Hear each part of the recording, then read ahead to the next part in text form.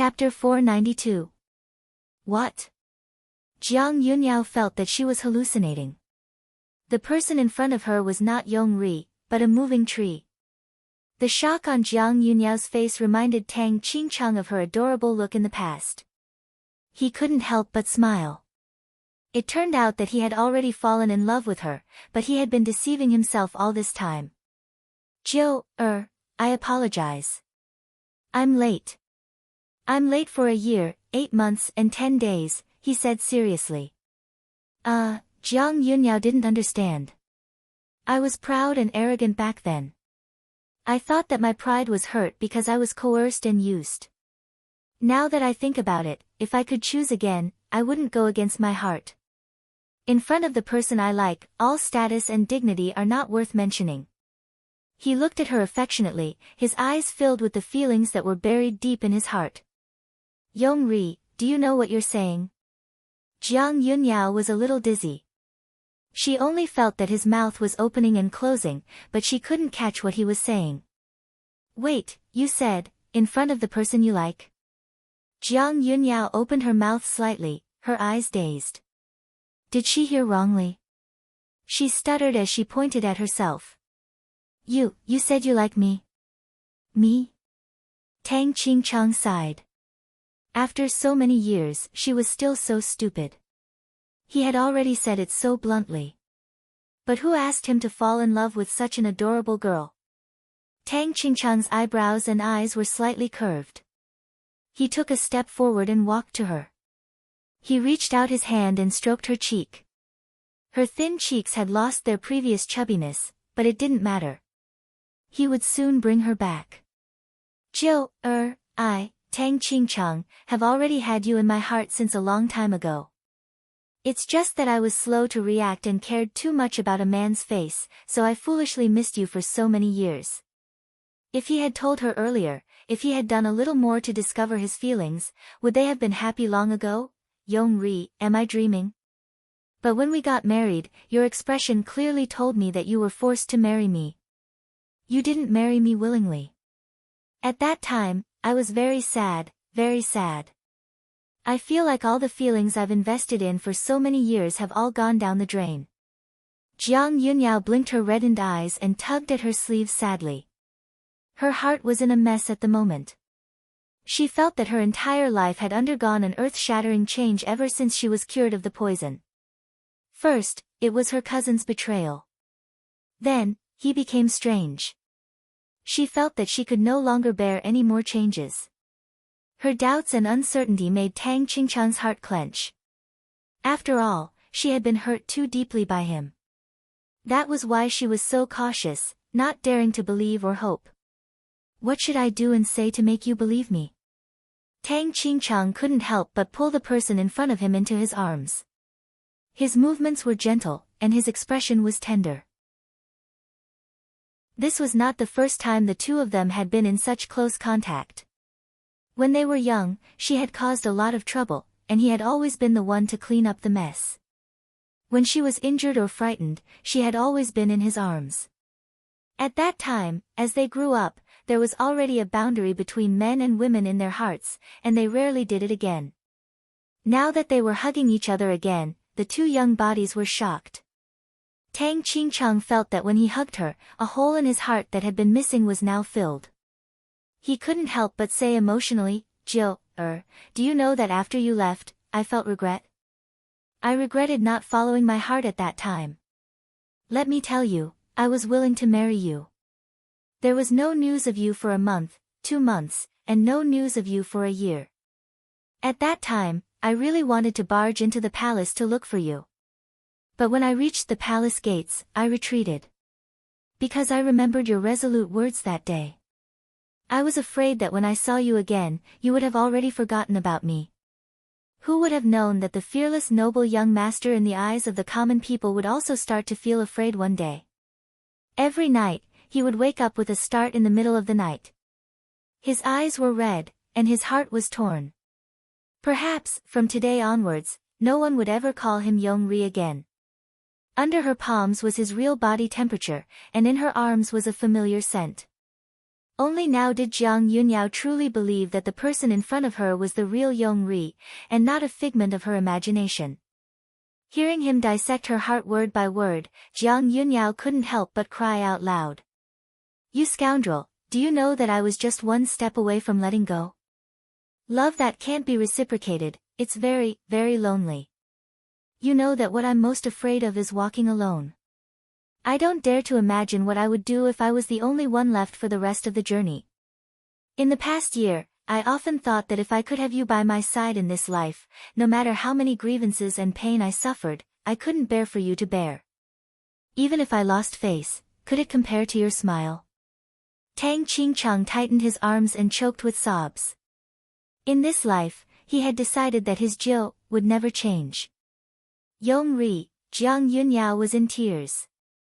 She originally thought that they would part ways, but in the end, he suddenly appeared in front of her and told her that he liked her. This was enough to make her go crazy with joy. So, he slowly let go of the person in front of him and held her shoulders with both hands. He asked seriously, word by word, I like you. I want to marry you. Are you willing to marry me? At this moment in the Yi residence. In the tightly shut room, a beautiful figure sat on a chair. The tea in front of her had been left out for a long time and was no longer steaming. This entire afternoon, she did nothing but sit there in a daze. It was laughable. At this moment, she should have many things to do, such as contacting her imperial father and empress mother, or searching for her younger brother. But she couldn't help but recall the words that person said to her in the courtyard over and over again. She had been moved before, but that was only in the past. Tears overflowed once again. She had clearly said not to cry, but she couldn't help it. Suddenly, a soft sound came from the window. Duguqing immediately wiped the tears from the corners of her eyes, then quickly walked over and opened the window to let the person in. Princess, an urgent secret report from the imperial city. The spy presented a letter. There were 3 red lines. It was a matter of utmost urgency. Duguqing couldn't care about her feelings at this moment and immediately opened it to read. After reading it, she was stunned on the spot. His Majesty had been assassinated by thieves and died from serious injuries. The Crown Prince had been assassinated and his life was unknown. Within a day, the world had turned upside down. Why did this happen? Who did it? Duguqing knelt on the ground weakly, tears surging out of her eyes. Her fingers trembled as she held the letter. Her vision was already turning white and dizzy. Princess, you can't fall. The Empress is still waiting for you to go back and preside over the situation. The spy immediately supported her and said sadly. I want to go back. These were the only words left in her mind at this moment. Princess, everything is ready. Okay, return to Shang country. At the same time, Xiao Su received another letter from Huoling from Shang country, saying that he had found the whereabouts of the love grass. Chapter 493. In the garden, Tang Qingchang was waiting for Jiang Yunyao's reply. Although he knew that she still had him in her heart, he wasn't sure how much was left compared to the past. The longer she remained silent, the more uneasy he felt. Yong-ri, I'm very happy that what you said to me just now let me know that all my efforts were not in vain. Jiang Yunyao slowly raised her head. The tears in her eyes had receded, but one could still see the surging emotions in her red eyes. But when he heard Jiang Yunyao's words, Tang Qingchang's heart suddenly sank. However, for the past year or so, I've been lying in bed, facing nightmares and illnesses every day. At that time, I really wanted you to be by my side, but you didn't. Later on, I was disappointed. In the end, I felt even more despair. I thought about a lot of things. Perhaps, for 2 people to be together forever, other than mutual love, there are also many other factors, such as fate and luck. Back then, we had already missed each other. Perhaps this is God's arrangement. Let's just go with the flow. Jiang Yunyao smiled and looked at the person in front of her seriously. She had liked this man for a long time. For as long as she could remember, she liked to follow behind him. She had been ignored, pushed away, and hurt. Maybe she was too narrow-minded. Every time she thought about the past, she felt more sad than happy. Maybe it was because she had thought about many things while lying in bed for more than a year and left his circle. Only then did she know that without him, she could be strong and walk on. The person in front of her was undoubtedly outstanding, but it wasn't that she hadn't met anyone who was more outstanding than him. It was just that he had a place in her heart, so no matter how good the others were, they couldn't compare to the person in front of her. But all of this was in the past. Jiu's indifference and gentleness didn't make Tang Qingchang feel relaxed. Instead, it made him panic. When someone needed you, it proved that you still had a place in her heart. But when she didn't need you, it meant that you were no longer important. He didn't want to be a dispensable person in Jiu's life. Jiu, are you still angry with me? Tang Qingchang looked into her eyes, his voice trembling. No matter what answer she gave, he was afraid. If she resented him, it proved that he still existed in her heart. If she didn't resent him, it meant that she had already seen through their relationship. Jiang Yunyao didn't know how to answer Tang Qingchang's question. She turned her head to look at the impatiens beside her. At this moment, the flowers were blooming brilliantly. Yongri, I don't think this is a matter of resentment. There are many things between the two of us that are beyond our control. For example, my father used the sweet dew of the 9 sons as a bargaining chip in the marriage alliance. For example, Yutong plotted against me. You and I have also done many wrong things. If I had talked to you nicely instead of breaking off the engagement on the spot, if you hadn't gone against your conscience and been honest with me, if you had come to the palace to visit me once while I was gone, at this point, she raised her head again, her eyes filled with sorrow. Would we not have missed each other for so long? Jiang Yunyao's words caused Tang Qingchang to be unable to help but close his eyes, and he hid the pain in the depths of his eyes. If there was no anger, no arrogance, no hesitation, would it be different today? Jiu, I'm sorry for hurting you so deeply. Can you give me a chance to make it up to you? Tang Qingchang reached out to caress her cheek. The icy aura in the eyes of others had already disappeared. At this moment, he was very careful. He was afraid that he would make a mistake if he took a step forward, and afraid that she would disappear if he took a step back. Today, he had already told her everything. As long as she didn't run away in the following days, he would have a way to restore her confidence in him. Yongri. Jiang Yunyao was speechless. I'm too stupid, too stupid, too stupid. Are you still willing to have me? The current Jiu was already different from the past. He couldn't force her to do anything now, otherwise it would be counterproductive. However, he couldn't just let her go like this. He couldn't be blamed for being impatient because he had already tasted the feeling of losing her once. He didn't want her to disappear from his life again. His words caused Jiang Yunyao's heart to tremble. She looked at him in disbelief. Was this still the high and mighty, silent and cold Yongri she had met before? He was the person she admired and loved the most. How could she not be moved when she heard his words? However, clap clap clap, a round of applause suddenly sounded in the quiet garden. Jiang Yunyao and Tang Qingchang both looked towards the source of the sound. They saw a mischievous person lying on the rockery, looking down at them from above. Third princess, that's enough. Don't scare her away when the time comes. Chu Qingyan winked at her, her eyes full of mischief. Tang Qingchang was confused when he heard that.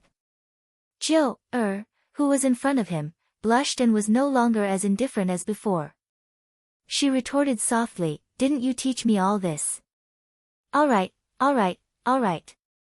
It's all my fault.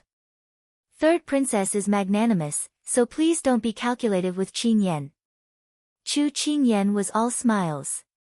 There wasn't any apology on her face. However, Tang Qingchang understood something. He suddenly said, Jiu, did this young lady teach you all those words just now? Jiang Yunyao felt that there was something wrong with his words. Her eyes started to wander. That, Chu Qingyan saw that the situation was not good and immediately slipped away. Well, third princess, second young master Tang, you two have a good chat. Qingyan won't accompany you. I'm leaving. Before Jiang Yunyao could say anything, the darkened face of the person in front of her made her panic. Looking at the helpless person in front of him, Tang Qingchang's heart softened. He reached out and pulled her back into his arms.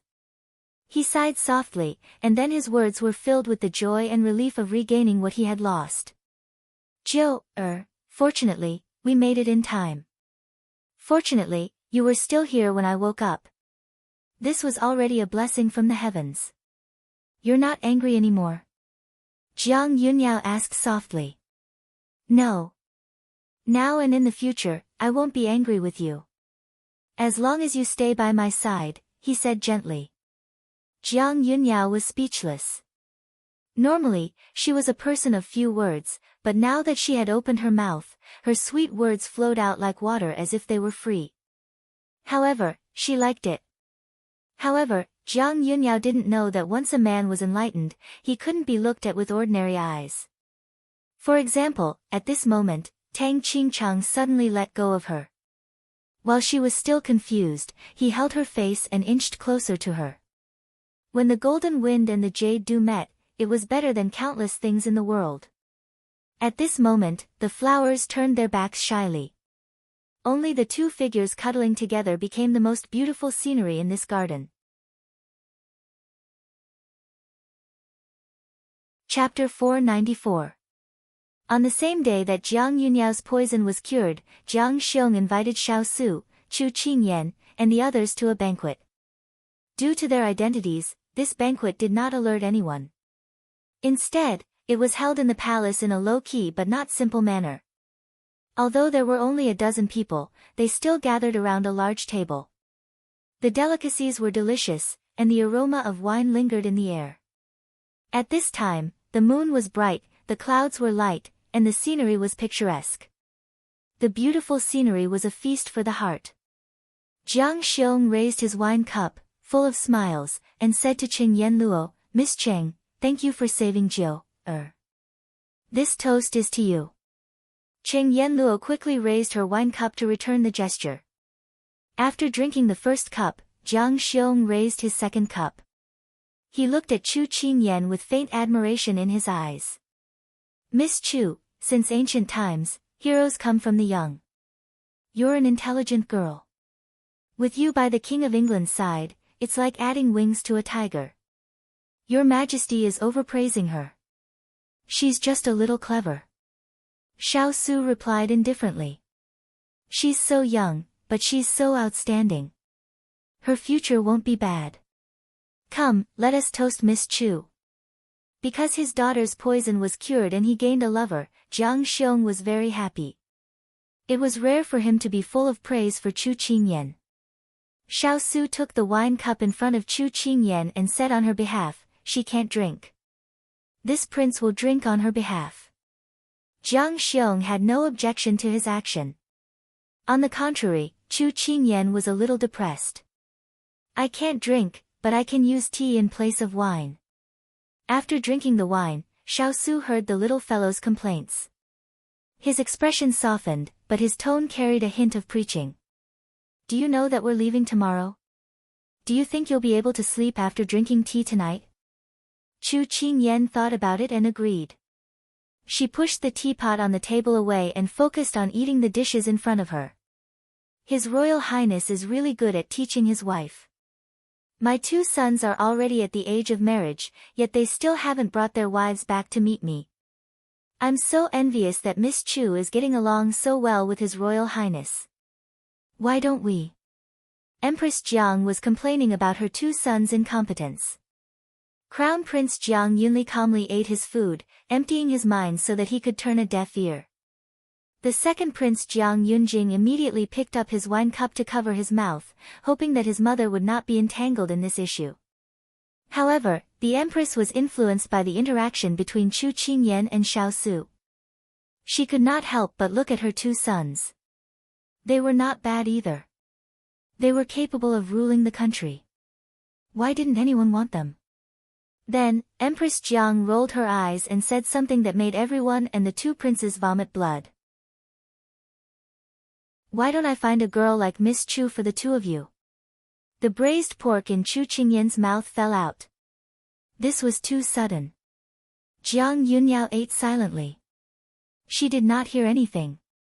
Jiang Xiong facepalmed. His wife came out to embarrass him again. But it was good that she liked it. Crown Prince Jiang Yunli's face turned green because he accidentally choked on the vegetables just now. The second Prince Jiang Yunjing, who was always modest and polite, started coughing without caring about his image. He choked on the wine. Among the people present, only Xiao Su was not affected. He calmly picked up a piece of braised pork and put it into Chu Qingyan's bowl. Mother, there are outsiders here. Be careful with your words. His Highness the Crown Prince finally managed to catch his breath and stopped his imperial mother before she could say anything else that would shock the heavens and make the earth weep. It did not matter if they embarrassed themselves in front of their own family. But now, they were thrown out of the country. Their image did not matter, but they had to improve their mother's image. However, the Empress Jiang did not understand her eldest son's good intentions. She looked surprised. Isn't it popular to cultivate a daughter-in-law now? Since you are not in a hurry, you should settle down first. Anyway, you can look at her but can't eat her. You should be anxious. Oh, this empress is so down-to-earth. Chu Qingyan clicked her tongue in thought. Jiang Yunyao covered her face. I really did not hear anything. Jiang Xiong thought. Should he end the banquet early? The crown prince sighed.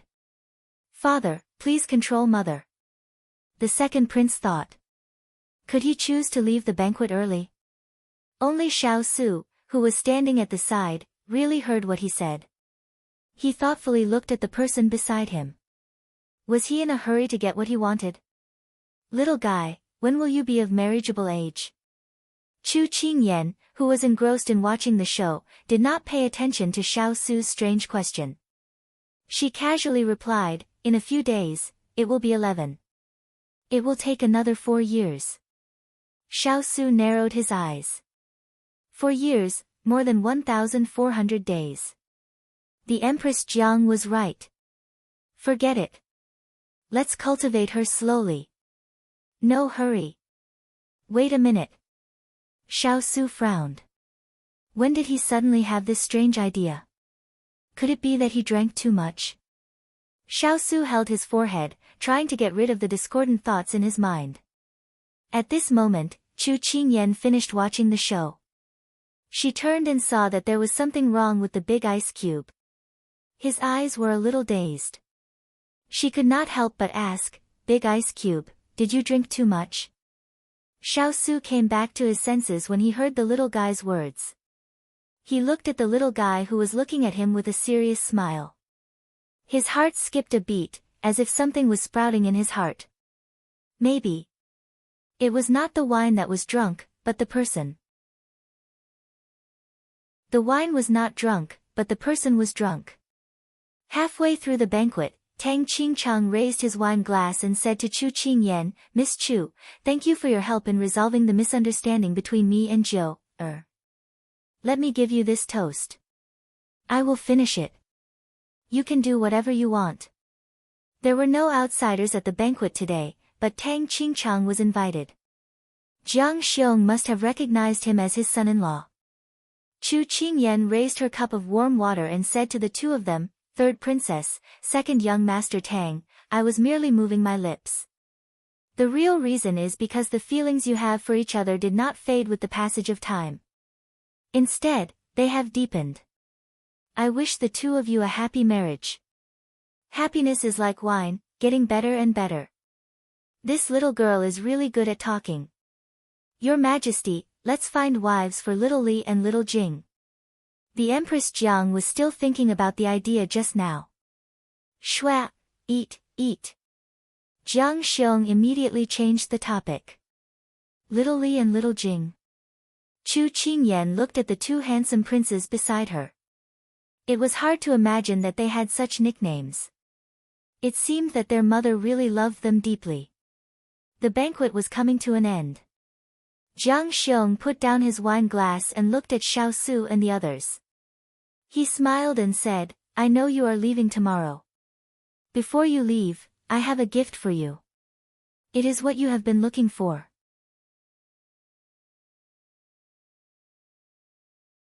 Chapter 495. Things. Isn't it just the ice crystal flower? Chu Qingyan was speechless at Jiang Xiong's deliberately mystifying words. However, this was the tone of a government official. She just had to get used to it. Although she knew, Chu Qingyan was still very curious about the rumored ice crystal flower.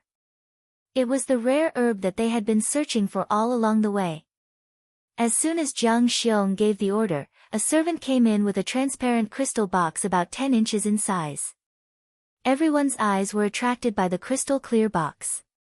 Through the box, they could see that it was filled with transparent or snow-white ice cubes. In the white mist, they could vaguely see a touch of green. The dishes on the table had been removed and the crystal box was placed on the table. Everyone gathered around the box and began to examine it. Jiang Xiong explained, I think you have already known about the ice crystal flower's special characteristics. It needs extremely cold temperatures to grow, so I ordered a special container to be made for planting. It doesn't need any nutrients or soil. The person who gave it to me said that as long as the seed of the ice crystal flower is placed in ice water, it will grow naturally. I have been raising it for several years now, and it just so happens that these few days are the time for it to bloom. After saying that, Jiang Xiong ordered the servant to open the box. When the crystal lid was opened, a burst of cold air came out of the box, adding a chill to the warm hall. At this time, the thing inside was exposed in front of everyone. On a layer of icy water, a palm-sized herb floated. Its branches were slender, and its leaves were serrated. The leaves were sparse, and there were only 4 of them. However, its flowers took up 2/3 of its entire body. The fist-sized red flowers were tall and had curly edges. If one were to count them carefully, there were at least 30 to 40 petals. The flower bloomed strongly, but it was tasteless. The ice crystal flower quietly stretched its branches and floated in the ice water with the ripples. It was surrounded by ice cubes, as if it was a noble princess. People couldn't help but be subdued by its elegant aura. Is this the ice crystal flower? I feel like I'm living like a real person. Cheng Yanluo couldn't help but sigh. Unlike Chu Qingyan, who was overjoyed to see a life-saving herb, she was a doctor who was crazy about rare herbs. Chu Qingyan nodded. It's so relaxed that I'm embarrassed to attack it. Sigh, I suddenly thought of a phrase, beautiful women are ill-fated. Ahem, this flower has lived for at least 100 years. She can't be considered unlucky. Cheng Yanluo couldn't help but mock her. Chu Qingyan shrugged. Alright, then let it reincarnate as soon as possible. Ice Crystal Flower was thinking, what the hell? He still wanted to live for a few more years. All of you, prepare for this flower. I will give these flowers to the 2 of you. I hope that the King of England will be cured soon. I will seal off all news of your arrival in the Jiang Kingdom. Consider it as a thank you gift. Jiang Xiong stroked his beard and said with a smile. He knew about the internal strife in Sichuan, and the young man in front of him was a rare object of admiration for many years, so his love for talent was aroused. Xiao Su cupped his hands and said gratefully, Thank you, Your Majesty. You're welcome. We're even now. The next time we come to the Jiang Kingdom, let's play a few more games of chess. I can't accept losing to you. Jiang Xiong laughed heartily and reached out to pat Xiao Su's shoulder. Xiao Su nodded in agreement. Jiang Yunjing smiled and joked, It's rare to see my father meet his match. His Royal Highness should come to play more often. It's all because you always let him win. Empress Jiang exposed. Jiang Xiong felt embarrassed. What do you mean by let him win? I always beat them fair and square. Chu Qingyan looked at Jiang Xiong's happy family and suddenly felt sorry for Big Ice Cube.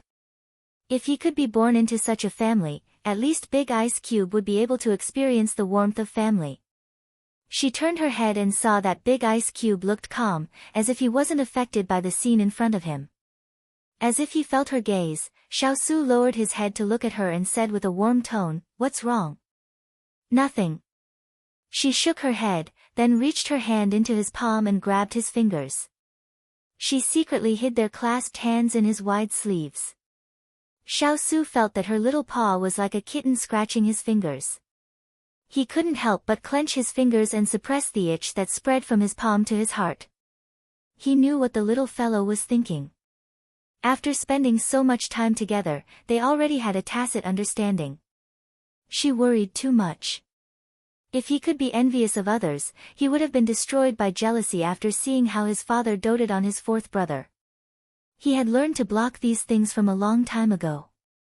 However, after meeting her, he didn't need to block it anymore. He didn't need to be envious of others because he already had her by his side. Before leaving the palace, Jiang Yunyao walked in front of Chu Qingyan with a reluctant look on her face. "If it wasn't for the fact that you have to leave early tomorrow and I can't send you off, I would like to see you leave with my own eyes. Third princess, don't be sad. We will meet again." Chu Qingyan reached out to hold her hand and said goodbye with a smile. "Amen, then you must remember to come back and see me." In Jiang Yunyao's heart, she had long regarded Chu Qingyan as her good friend. Her words were full of reluctance. Chu Qingyan nodded solemnly, but the words she said ruined the scene of reluctance. "Of course. The third princess of Jiang country is my, Chu Qingyan's, close friend. She's so cool when she goes out. How can I let go of such a good opportunity to hug her thigh? It's a once-in-a-lifetime opportunity." Jiang Yunyao was amused by her mischievous words. Her depressed mood dissipated a lot, and she looked at her helplessly. After the two of them hugged and said goodbye, Chu Qingyan followed Xiaosu and left the Jiang country's imperial palace. These two are not simple characters.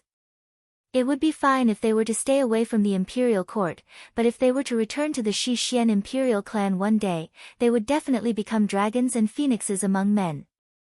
You two should interact more with them, and you will definitely benefit greatly. Jiang Xiong said to his two sons as he watched Chu Qingyan and the others leave. "Yes, we will follow imperial father's instructions." The two of them replied in unison. Chu Qingyan naturally didn't know that there was such a thing after they left. At this moment, she was looking at the crystal box lying on the carriage. The matter of finding the medicinal herbs had washed away the sorrow of separation. Her eyes were full of joy, and she unconsciously started to hum a song.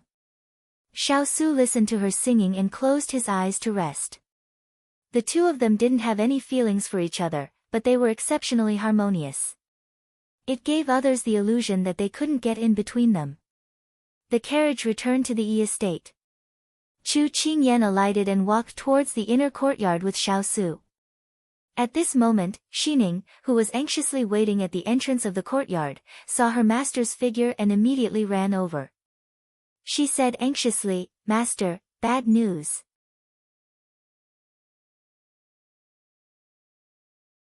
Chapter 496.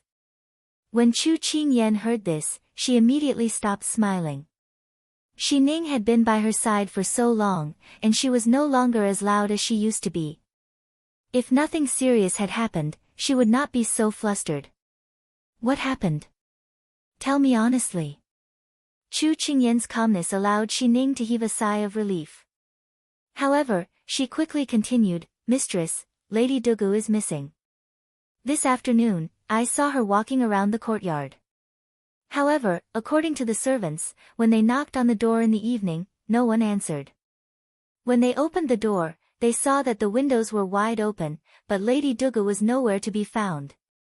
She has been missing for several hours now. I have asked many people, but no one has seen her."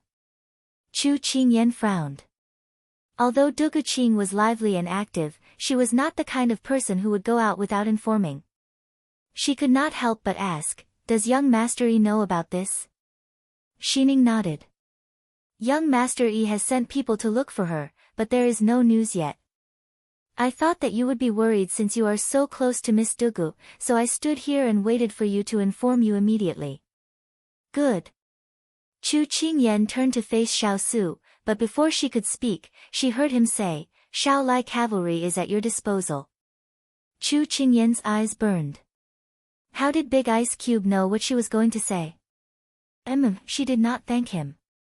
She knew that Big Ice Cube did not need this. Soon, Turin appeared in the study. Tu Ling, get a few men from the Shao Lai cavalry who are adept at tracking. Start searching the surroundings of the Yi residence for Dugu Qing's whereabouts.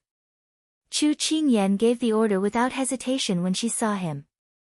Master had already told them that the young princess's orders were his orders and no one was to disobey. Turin nodded. "Big Ice Cube, I want to go and find Yi Lingfeng." Chu Qingyan turned to him. "I will go with you." Xiao Su stood up and said indifferently. Chu Qingyan shook her head immediately.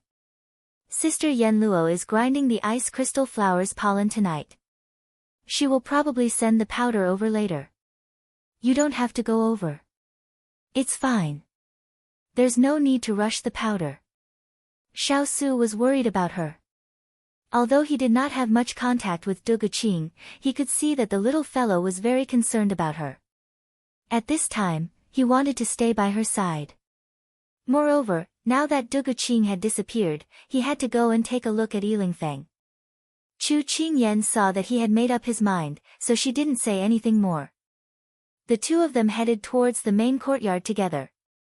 When she just arrived at the main courtyard, she brushed past a few hurried servants. Chu Qingyan didn't pay much attention to them and went straight to the main hall of Yi Lingfeng's courtyard. As expected, Yi Lingfeng was standing in the middle of the hall. His hair hung down and covered his eyes, making it impossible to see his expression.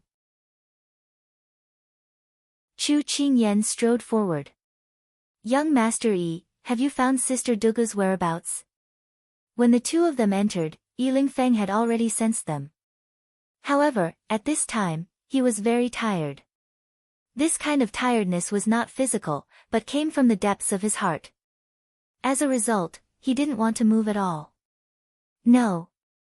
There has been no news from evening until now." Yi Lingfeng turned around and sat down on a chair. He looked a little lost and absent-minded. "It's almost the middle of the month now. That means that she has been missing for almost 8 hours. It's so late now. Where could she have gone?" Chu Qingyan started to worry. Dugu Qing had always gone to bed early. She said that this was the only way to nourish her skin. This time, her disappearance was very strange. She definitely wouldn't disappear for no reason. Xiao Su, who had sensed that something was wrong with his good friend, frowned and looked at him. "Did something happen to you?" The person who had always been frivolous was unexpectedly so calm today. Moreover, there was a hint of loneliness in his calmness. This was not like him. When Xiao Su said this, Chu Qingyan immediately narrowed her eyes and looked at Yi Lingfeng. "Did you two quarrel?" "No." Yi Lingfeng shook his head. Although his eyes were still bright and picturesque, his tone was somewhat depressed. Then, seeing Yi Lingfeng so listless for the first time, Chu Qingyan dispelled the idea of questioning. She heard from Xining that Yi Lingfeng had sent people to search for Dugu Qing since evening. He didn't even eat dinner. He had been worried about Dugu Qing's whereabouts, so she couldn't help but lower her voice. Yi Lingfeng couldn't help but think of the conversation with Dugu Qing in the courtyard today. "Yi Lingfeng, I've given up. In the future, I won't pester you anymore. You're like the wind. Perhaps the vast world belongs to you. I'm not the kind of person who pesters endlessly. From now on, you have a beautiful wife by your side. I hope you live a worry-free life." She smiled brightly, but her eyes were lingering with sorrow. Now that he thought about it, he discovered these details that he had overlooked. He closed his eyes and said with a disappointed tone, I hurt her heart today. She said she no longer had any hope for me. She's given up. What? Chu Qingyan's eyes widened. For a moment, she couldn't say anything. Such a stubborn and hot-blooded woman gave up just like that. How much determination did she have to make to be so ruthless to herself, to dig out the deep-rooted love in her heart? Yi Lingfeng, you don't have the right to hurt any woman who likes you. If you don't like her, you shouldn't have provoked her in the first place. If there's no hope, there's no disappointment. You know, a woman's heart is softer than a man's. It's easier to be moved and fall. Unlike you who can leave unscathed when you're tired of playing. Chu Qingyan couldn't help but lashed out. Along the way, everyone had seen everything that Dugu Qing had done for him. If she was a man, she would have long been moved. But she knew that being moved wasn't the same as liking her. She didn't agree with her blindly giving. But what she was more angry about was Yi Lingfeng's attitude. If you don't like her, then tell her directly. Let her give up early and not fall deeper and deeper. In the end, she can't give up no matter what. Chu Qingyan's every rebuke made Yi Lingfeng speechless. When he was at the border, he had told her very frankly that it was impossible between them. But after saying it for a long time, she didn't listen. So he didn't repeat himself. But he didn't know why. In the end, it became that he didn't want to continue. As if in his heart, he wasn't willing. Because he hesitated. But he had never thought deeply about it. He was just used to having her by his side. But today, it seemed that he was wrong. Chu Qingyan still wanted to continue, but seeing Yi Lingfeng's distracted look, she angrily stomped her feet and leaned against the chair to sit down. Let's wait for the news first. Xiao Su comforted her. Chu Qingyan pursed her lips and almost cried, where can she go this late? I'm really worried that something bad might happen to her. When she said that, Yi Lingfeng's body suddenly stiffened. After a moment, Turan hurried into the main courtyard.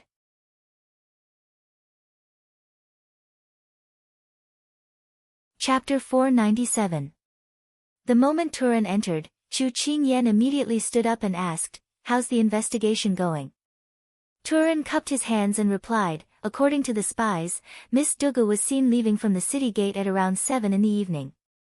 She should have left the imperial capital by now. Left? Chu Qingyan frowned. Can you tell if it was voluntary or forced? It was voluntary, and Miss Dugu seemed to be in a hurry. There were 4 or 5 bodyguards following her. I couldn't see their faces, but from their movements, I could tell that their martial arts were not weak. Turan reported truthfully. Upon hearing this, Chu Qingyan heaved a sigh of relief. It was good to know that she was fine. However, just as she put down her worries, they arose again. She left in a hurry without leaving a word, and there were a few more bodyguards around her. She left the imperial capital in the middle of the night. Could it be that something urgent had happened and she didn't have the time to tell everyone? Chu Qingyan frowned again. Not only did Chu Qingyan think so, but Yi Lingfeng also thought so. Unless something big happened that caught her unprepared, she wouldn't have left in such a hurry. Turan, did she go in the direction of Shang? Yi Lingfeng suddenly asked. Turan nodded. If she keeps going in that direction, she should be in Shang. Shang? Chu Qingyan was puzzled. Why Shang? Yi Lingfeng didn't hide anything and said, she's from Shang. She just arrived in Jiang this year. If there's something urgent, she should have returned to Shang. Chu Qingyan's face revealed a look of understanding. She clapped her hands and her eyes brightened. She said to the person beside her joyfully, Big Ice Cube, aren't we going to Shang? Then we can track Sister Dugu all the way. It's best if we can find her. Knowing that she was safe and sound and was from Shang, she thought that they would meet again as long as fate willed it. Seeing that the little fellow's emotions had calmed down, Xiao Su nodded. If you're worried, you can ask Xiao Lai to search for her. Chu Qingyan nodded. Although she had not spent much time with Du Guqing, she knew that Du Guqing was not someone who did not have her own opinions. Du Guqing was able to handle everything on her own. As long as Chu Qingyan spread the news, she believed that Du Guqing would take the initiative to contact them if needed. It was almost late at night. Chu Qingyan thought about the ice crystal flowers powder and was about to drag Big Ice Cube back to their room. But before they left, Chu Qingyan turned back to look at Yi Lingfeng and said with regret, "Young Master Yi, I have to say that you missed a good girl. I used to think that everyone has their own way of life. Whether it's passionate, devoted, or promiscuous, it's all their own choice. There's nothing wrong with that. But it's best if you don't hurt others. Also, do you think it's really good to indulge yourself and live a carefree life like this? Love is actually a very sacred thing. If possible, I hope you can treat it seriously in the future. Then, when you're old, you won't regret missing out on it and won't toss and turn in bed because of it." After Chu Qingyan finished speaking, she didn't look at him anymore and turned to leave. Behind her, after hearing Chu Qingyan's words, Yi Lingfeng looked out of the window. The moonlight was bright and the clouds were thin. At this moment, his emotions were complicated and at a loss. What's wrong with me? After Du Guqing left, his entire person started to feel strange. Is it because he rejected her confession and felt guilty? Or is it because he was worried about her leaving? The romantic young master who had always been free and easy, at this moment, started to be unable to see his own heart clearly. Chu Qingyan's words, he heard them and they weren't wrong. Du Guqing was indeed a good girl, but she met the wrong person. He wasn't a man who was willing to stay for others. The life he wanted wasn't two people looking at each other face to face all day long. However, if he were to be asked again, was this really the kind of life he wanted? Perhaps, he was already uncertain. After rejecting her, he started to question his own thoughts. Was it right? Or was it wrong? Usually, his pair of peach blossom eyes were unrestrained and unrestrained. His eyes were slightly raised and countless charm flowed in them, causing countless women to fall for him one after another. Confident, affectionate, gentle, handsome, there was always something that could hit the soft spot in a woman's heart. But at this time, his peach blossom eyes were still charming. Unfortunately, they had lost their previous affectionate look and were a little lost. You're called Yi Lingfeng. Yi as in easy. Ling as in Lingyun. Feng as in the wind. Then, when put together, wouldn't it be easy to fly freely between heaven and earth like the wind? It looks like your character is very similar to yours. Just like a dandelion, your feet don't have roots. That was the first time they met and she had explained his name in a childish manner. This was the first time he had heard that his name could be explained like this. But she was wrong. He didn't have a heart, not that his feet didn't have roots. Big brother Ling Feng, what kind of girl do you like? Will she wash her hands and make soup for you? Or will she play the zither and play chess with you? Or will she help you manage the household? She tilted her head with a longing smile on her face, but her tone was very serious. At that time, when the two of them were together, he originally thought that this little girl wasn't easy to coax. She didn't have the temper of a spoiled young lady, so being with her was very relaxing. He wanted to stay with her for a few more days, but hearing her ask this, he felt that this girl's heart had been moved. She was a kind girl and he couldn't hurt her, so he chose to leave. It was better to have a short pain than a long pain. Big brother Ling Feng, since you're going to marry and have children in the future, can I line up first? When you want to get married, I'll be your first choice, alright?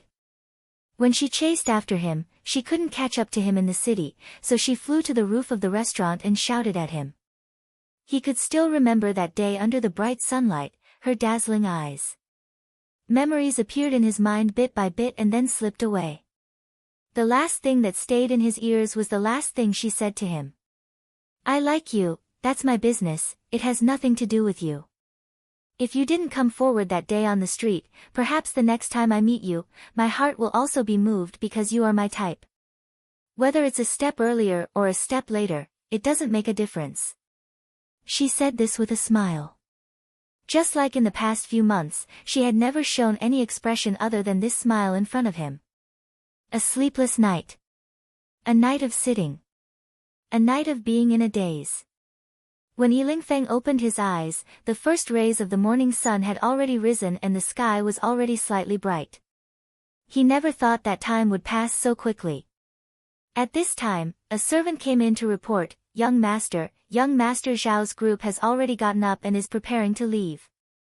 They're leaving? Shangguo. His eyes suddenly opened wide as he made a decision in his heart.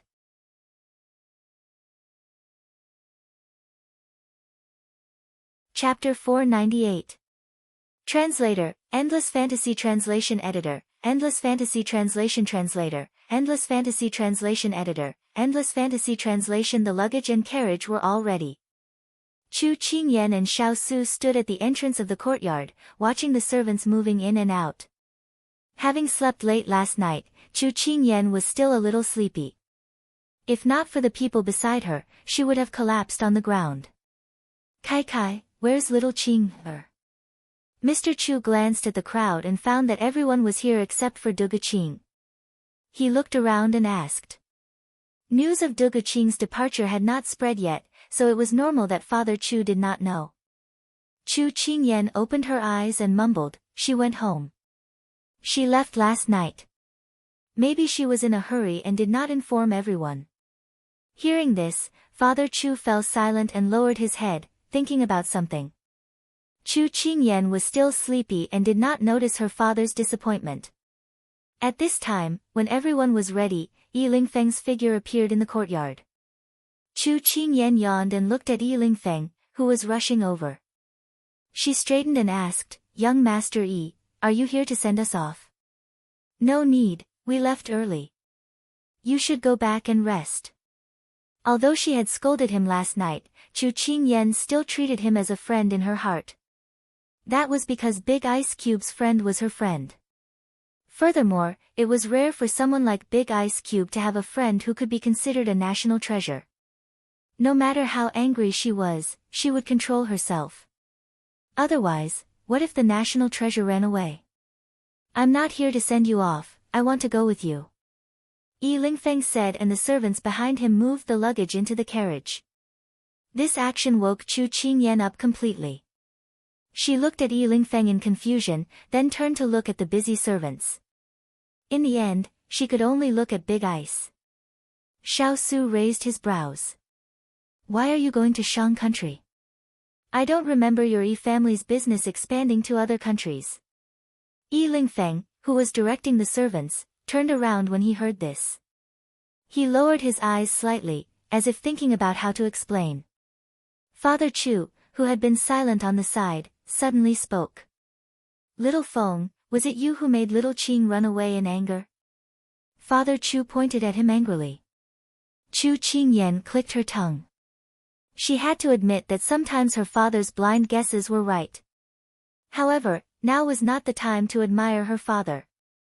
She stepped forward and held his hand. Smiling, she advised, Father, don't be angry. Sister Duge left because she had something urgent to attend to. Don't worry. Her home is in Shang country. If we are lucky, we might meet her there. Mr. Chu nodded, but his anger had not subsided. He glared at Yilingfeng. But I still want to scold you. You didn't even visit little Qing'er when she was sick. You're too disappointing. In the future, if I have delicious food, I'll give it to Little Blossom, Dakiki, and Cutie Meng. I won't give it to you.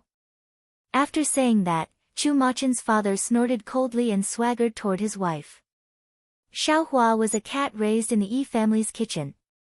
In order to prevent mice, she had given birth to 3 kittens a few days ago. Thus, her father named them Dadaida, Kiki, and Cutie.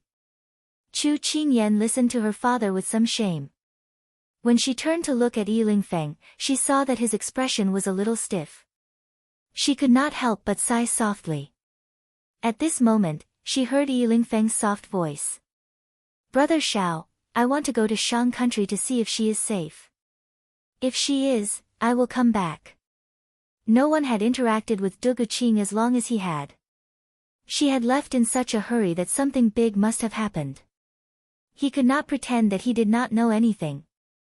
If he was asked how he felt about Duguqing now, he did not know. He did not want to think too deeply about it. He was afraid of the answer. He only wanted his heart to be at ease. Xiao Su frowned. You still have a large family business to take care of.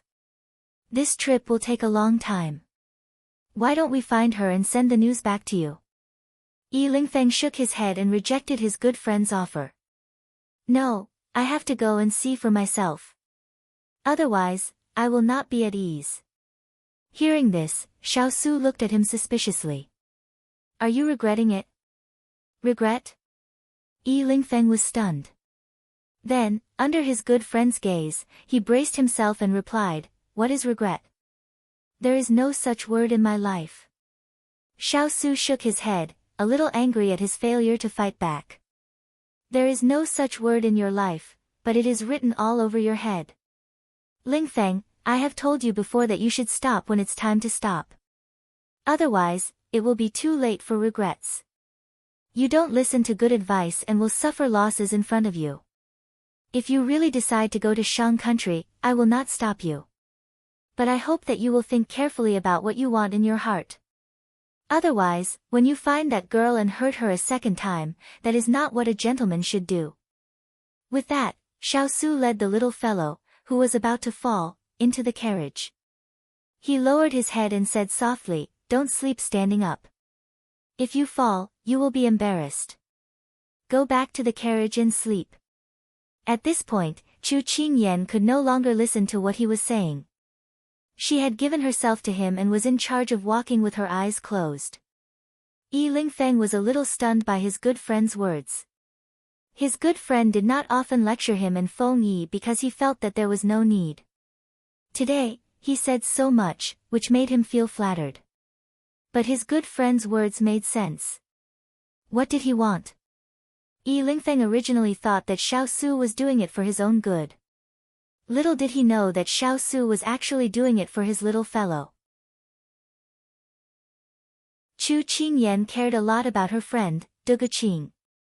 If anything happened to Duguqing, she would be sad. But he did not want to see her sad, so he said those words to Yi Lingfeng. If Yi Lingfeng knew the truth, he would definitely regret befriending such a person who valued women over friends. After getting into the carriage, Chu Qingyan lay down on the couch while Xiao Su leaned against the wall and closed his eyes to rest. After moving her limbs on the couch, Chu Qingyan automatically turned over and rolled into Xiao Su's arms. Then, she found a comfortable position in his arms and prepared to sleep. She closed her eyes the whole time. The reason why she was so familiar with it was because she had done it many times before. And she could distinguish the smell on Big Ice Cube, so everything was done smoothly. Xiao Su was already used to her actions. He reached out to take the blanket beside him and covered her with it. During this time, he did not even open his eyes. It was all based on his feelings. They were like an old couple who had been married for decades. The wheels rolled over the dead branches and started to turn. They drove out of the Yi residence and slowly left the capital of Jiang country. Jiang Yunyao stood at the top of the palace and looked down at the capital with a smile. Qingyan, I wish you a safe journey. At this moment, Chu Qingyan was smacking her lips in her sleep.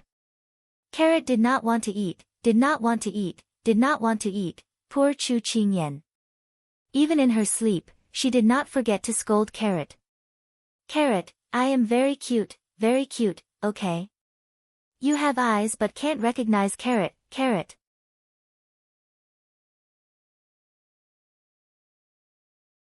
Chapter 499. Translator, Endless Fantasy Translation Editor, Endless Fantasy Translation. Big Ice Cube made an exception for her in the previous chapter. When they left Jiang Kingdom, the sky was still clear and sunny. However, as they traveled further, the sky was covered with gray clouds. Looking at the horizon, it was as if the heavens and earth had merged together. The mountains in the distance were no longer visible. Chu Qingyan was greeted by such a scene when she woke up. She rubbed her eyes and asked the man who was flipping through a book, "Did I sleep the whole day? Why is it so dark now? You slept for 4 hours." Xiao Su put down the book and looked out the window. His expression was indifferent. "It should be snowing soon." Snowing? His head, which was still a little muddled, suddenly sobered up when he heard those 2 words. She leaned against the window and said expectantly, "I haven't seen what snow looks like. If I can see it with my own eyes, it will fulfill my wish for many years." Xiao Su didn't think much of it. When he was at the border, it happened to be deep in the mountains. Every winter, snow was a common occurrence. To them, snow was the last thing they liked when they were marching to war. It meant that it would be more difficult to defend. Xiao Su pondered for a moment when he saw how happy she was. Then he said, "If there's a chance in the future, I'll take you to Mount Lu." "Okay, okay." Chu Qingyan nodded eagerly. Then she realized, is Mount Lu a mountain range at the border of Sichuan? Xiao Su nodded. "I've been there for 4 or 5 years. There's no summer there, only spring and winter. If you want to see snow, it's a good place to go." Chu Qingyan cupped her face and smiled happily. This was the first time Big Ice Cube had told her where to go. She couldn't wait to go to Mount Lu. "Big Ice Cube, after you cure the poison, we'll go there. Maybe we'll reach Mount Lu next winter." "Okay." Last night, Yen Luo had told them that the ice crystal flower was not only a treasure, but its leaves were also useful. Therefore, she had to study it first before she could give them the powder made from the ice crystal flower. Chu Qingyan counted with her fingers. They still had 20 days, and there were only 15 days left until New Year's Eve. After New Year's Eve, she would be a year older. Thinking back to this year, many things had happened. She suddenly transmigrated, inexplicably got married, and had a fiancé. Then, she started to scheme and scheme. She felt that it was already a blessing from the heavens to be able to live through this year peacefully.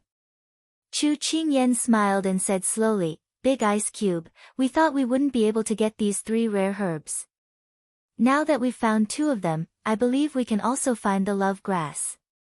She recalled the time when she saw Big Ice Cube covered in blood at the medical center. She was so scared that she only dared to clench her teeth to stop herself from crying. Now, he was sitting in front of her, safe and sound. It was hard to imagine how she had survived back then. "Big Ice Cube, I'm hungry." She had a lot of things to say now, but those things had already passed. Chu Qingyan blinked, hiding the sadness in her eyes. She leaned closer to him, leaned her head on his shoulder, and said softly that she was hungry. When Xiao Su heard that, he took the pastries from the food box and handed it to her. "Eat something to fill your stomach first. There's still an hour before we reach the town in front." Chu Qingyan took the pastries from his hands in satisfaction. Big Ice Cube was treating her better and better. It was great. They were going to Shang country this time, and they were taking a shortcut. Jiang country and Shang country were separated by mountains as a natural barrier, so it meant that they would have to climb over several mountains to reach Shang country. At the very most, if they traveled faster, they would reach Shang country in about 5 days. Half an hour later, the group stopped in a town to rest. After eating and feeding the horses, the group continued on their journey. Now, time was like a bowl of water in a drought. They couldn't spill it, and had to cherish it very, very much. If everything went smoothly, they would reach the first mountain in the evening. Xiao Su glanced at the sky and then gazed into the distance at the mountain range that was faintly discernible in the clouds. He seemed to be deep in thought. At that moment, Chu Qingyan was feeling a little bored. She reached out to tap the water in her cup and wrote something on the table. Xiao Su glanced at the words on the table and raised his eyebrows in confusion. "Snow muscle pill. What's that? When I was at the Blue Manor, I saw a man exchanging this item. I felt that the man was looking at me strangely, so I subconsciously remembered what he was holding. I recalled it in the afternoon and asked Sister Yen Luo about it. She told me that the snow mussel elixir has a nice name, but it isn't used to beautify or nourish one's skin. Instead, it is used to regulate one's internal energy, especially for people with congenital deficiencies, such as those who were born prematurely. Chu Qingyan looked at the words on the table and explained slowly. In short, it was useful for people with congenital deficiencies. Xiao Su nodded and didn't take this matter to heart. Just as Chu Qingyan and company were hurrying on their way, a black shadow snuck into the third prince's palace in the Xixian nation's imperial palace 1,000 miles away. Master, I've brought the thing you wanted from the Blue Manor. The black-robed man knelt down in front of Xiao Ho. This was the man that Chu Qingyan had met once at the Blue Manor. Xiao Ho raised his hand and the man beside him took the box and handed it to him. He lifted his fingers and opened it. The jade-colored pill caught his eye. Xiao Ho curled his lips and smiled. Not bad. You've done a good job. I'll reward you handsomely.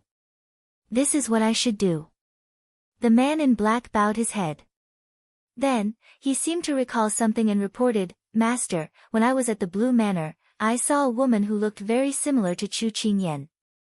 However, the man beside her wasn't the King of England. Oh. What was that woman doing at the Blue Manor? Xiao Ho raised his eyebrows and asked. She seemed to be looking for some kind of medicinal herb. I'm not very sure.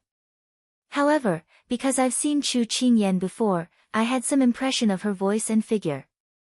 When I saw her at the Blue Manor, I felt that she was familiar and paid a little attention. The man in black answered truthfully. Xiao Ho frowned and thought for a moment. Then, a light flashed in his eyes. We've fallen into a misconception. We thought that Xiao Su was in Sichuan. However, we couldn't find any trace of him. It's very likely that he's already left Sichuan and fled to another kingdom. His subordinate's discovery gave him a wake-up call. He immediately ordered, take out a group of people and start searching from the surrounding kingdoms. Junlan, Jiang, Shang, Nansung, don't let a single one go. If Xiao Su is dead, I want to see his corpse. If he's alive, I also want to see his corpse. He didn't believe that Xiao Su's life was so tough that even snake's kiss poison couldn't kill him. So many assassins couldn't kill him. He didn't mind ending his short life with his own hands. If you find any trace of him, spread the news. I want him to have no way to escape. Yes, Your Highness.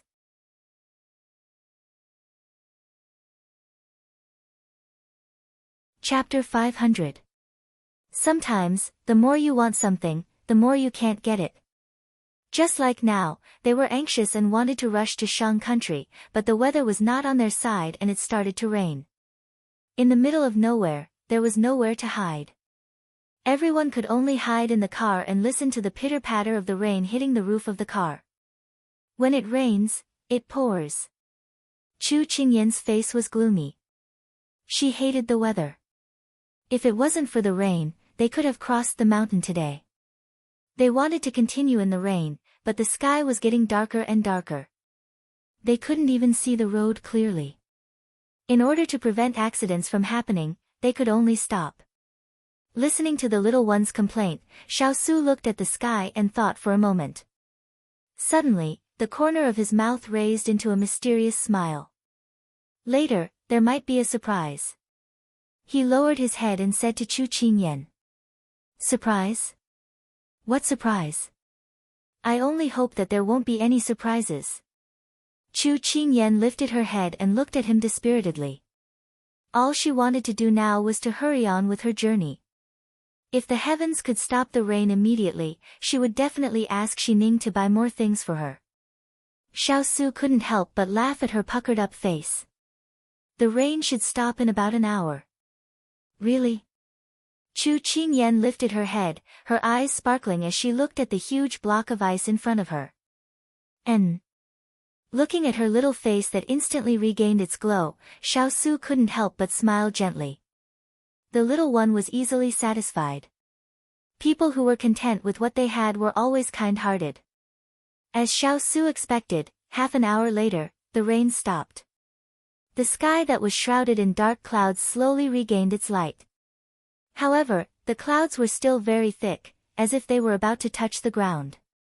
Chu Qingyan beamed from ear to ear. Big Ice Cube, you are a god. How did you know that the rain would stop? Not only will the rain stop, it will also snow later. Xiao Su accepted her praise with a calm expression. He picked up the lid of the teacup with his fingers and gently stirred the tea leaves floating on the surface of the water. What? Snow? Chu Qingyan immediately turned her head to look out of the window. At this time, compared to before, the world was a little more spacious and bright. Suddenly, white things began to float in the air. That was, Chu Qingyan blankly stretched out her hand, and a piece of white snow fell into her palm. It was a little cold, and then it fell into her hand one after another. She carefully held the snowflake and presented it to Xiao Su as if it were a treasure. Big Ice Cube, look, it's snow. Although he was used to seeing these snowflakes, Xiao Su couldn't help but seriously look at the snowflakes in her hand under the influence of her happy mood. They were small and fragmented, lying in her palm, making her hand look pink and cute. Yes, it's snow. He finished the appraisal. Big Ice Cube's expression was very calm, and she felt like Granny Lu who was entering the city for the first time. She suddenly remembered that Big Ice Cube used to be stationed near Lu Mountain. Seeing snow was as easy as eating a home-cooked meal. However, this was her first time. Even though she knew that the person in front of her didn't think much of it, she still wanted to share her joy with him. Big Ice Cube, do you know that where we come from, snow represents romance? Walking in the snow is like walking in a fairy tale world. Chu Qingyan thought of the idol dramas she watched in the past. Her whole body began to emit pink bubbles, and her eyes were filled with longing. Unfortunately, as soon as she finished speaking, a certain unromantic person poured a bucket of cold water on her. If the snow is too heavy, you'll have to crawl back after walking out. Chu Qingyan's mouth twitched. Big Ice Cube, can you not spoil the fun? However, the reality seemed to be like what Big Ice Cube said. The snow didn't get heavier, but the snow on the ground was getting thicker. Master, if this continues, we can't continue to move forward. Otherwise, it's very likely that we'll be trapped. Turin rode over and discussed outside the carriage. Find a spacious place to set up camp. Xiao Su didn't hesitate and immediately gave the order. Yes.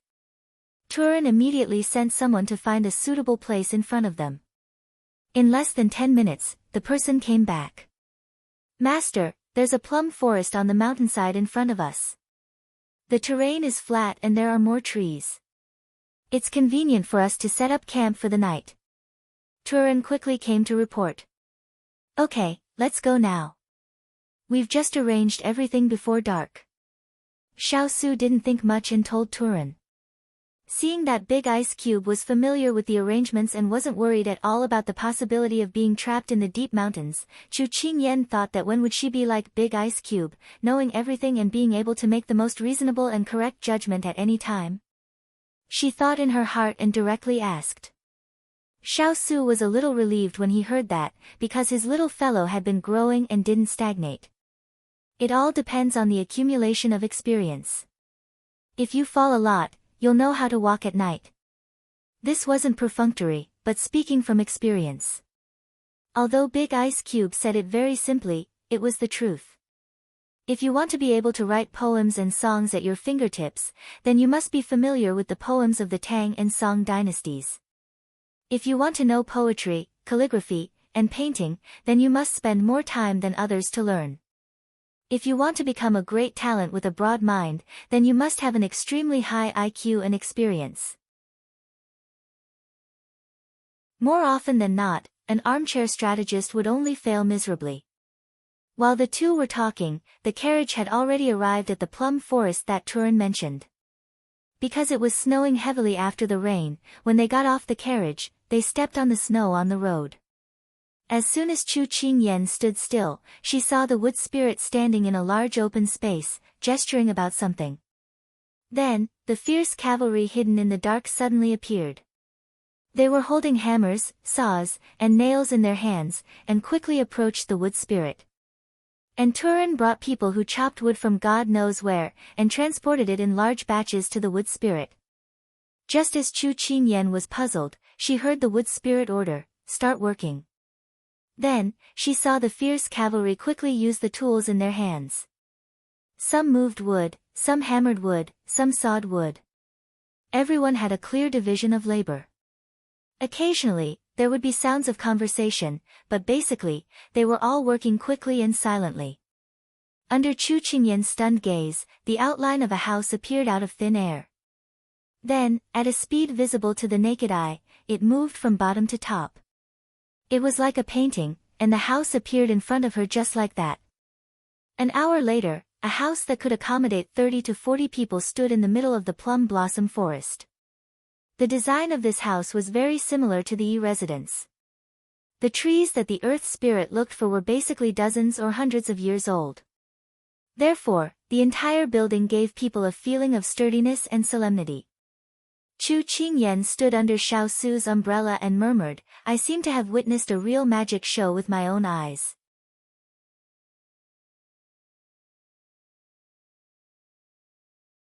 Chapter 501. While Chu Qingyan was staring at the scene with her mouth agape, Cheng Yenluo and her parents had also alighted from the carriage to witness the uncanny workmanship with their own eyes. Their mouths were so wide open that one could stuff an egg into them. A house that would take at least 3 months or even half a year to build was actually completed in less than half a day right under their noses. This was unheard of. As for Yi Lingfeng and Ethereal, they were already used to it. When they were outside, they often had to eat and sleep in the open, so Mu Ling's skills were always useful at crucial moments. Chu Qingyan muttered to the people around her, "Big Ice Cube, I realize that everyone around you is capable." Xiao Su's lips curled up slightly. When he had first trained them, he had formulated a training plan based on each of their characteristics. Now, each of them had their own specialties and were considered top-notch in their respective fields. He had not let his years of training go to waste. At this moment, Mu Ling had just put down the blueprints in his hands when he saw Chu Qingyan's father running towards him happily. He was even yelling, "Blockhead, you're too awesome. Hurry up and build me a pagoda. I want to pluck the stars tonight." Everyone was speechless. Mu Ling looked at Chu Qingyan's father, who was grabbing onto his clothes and not letting go. He wanted to cry but had no tears. Could he just pretend that he didn't hear anything?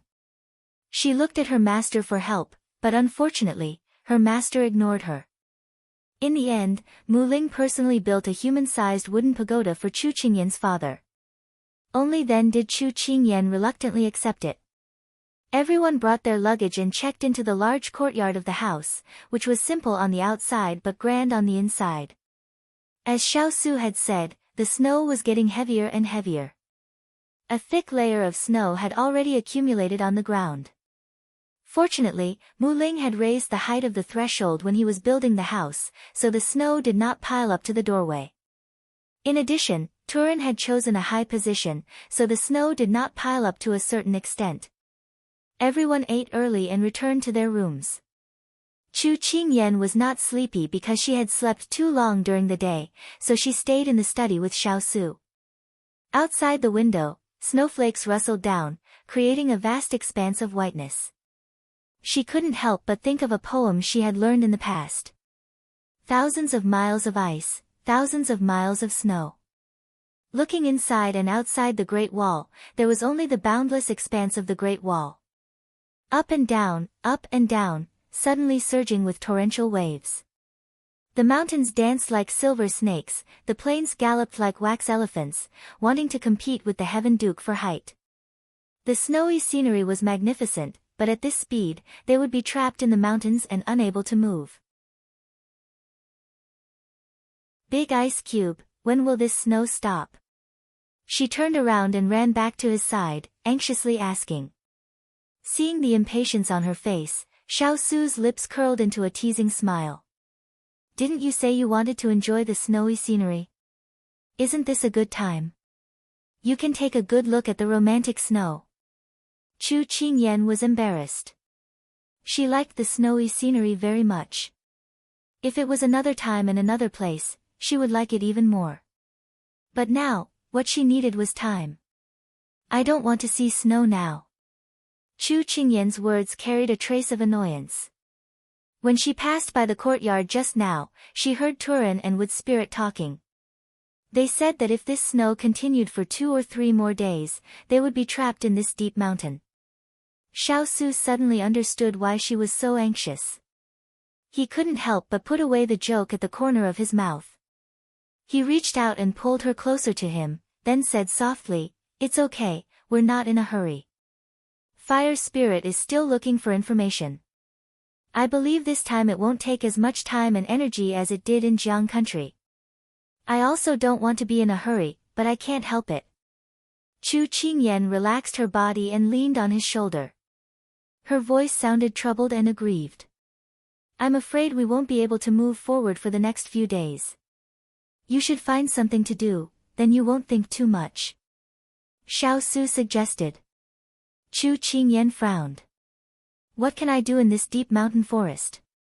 If not, I can go catch a few rabbits with Daddy to play with. When the snow stops, I'll take you out for a walk." Xiao Su patted her head. Looking at her pouting and vexed expression, he only found it funny. Chu Qingyan nodded. Since she had nothing to do, this was the only way. At this moment, there was a light knock on the door. Chu Qingyan walked over and opened the door. She found Qing Yanluo standing outside. "Sister Yanluo, what's the matter?" Chu Qingyan stepped aside to let her in. She then closed the door. The wind outside was really cold. Qing Yanluo had a bright smile on her face. After entering the door, she joyfully said to the two of them, "I've studied the use of the ice crystal flower. It's better than I imagined. I've already turned the petals into powder and made a total of 10 pills. Your Highness should take 1 pill every day. After 10 days, half of the poison in your body will be neutralized. Then, when we get the love grass, we can neutralize the other half of the poison." As soon as she finished speaking, Chu Qingyan cried tears of joy. She hugged Xiao Su's hand and cheered, "That's great, that's great." Her eyes reddened as she spoke. Her voice was hoarse and choked with sobs. Xiao Su put one arm around her shoulder and the other hand gently stroked her black hair behind her head, comforting her who was so excited at the moment. He had seen great storms and waves in his daily life, and he had often been on the brink of death several times, so he was already used to life and death. Now that someone was crying in his arms, just because he had a chance to live, it was as if after walking for so many years, he was no longer alone. Now that there was someone who shared his joys and sorrows, it would be a lie to say that he was not moved. Qing Yanluo looked at the two of them warmly hugging each other and her heart was moved. Relying on each other in life and death, never leaving each other, sharing joys and sorrows, holding hands with one's child. That was the most beautiful process of love. Qing Yanluo looked at them again and felt that she was an outsider. It was better not to disturb them. Thus, she left the room and closed the door carefully. She sighed softly and turned to leave. But then, she saw a figure standing in the snow. Ethereal was standing in the courtyard, looking up into the distance. His gaze was a little unfocused. Snowflakes fell from his body one by one. There was a lot of snow on his shoulders. He must have been standing there for a while. Suddenly, he felt something strange. He looked up and saw an umbrella covering his head. He was slightly stunned.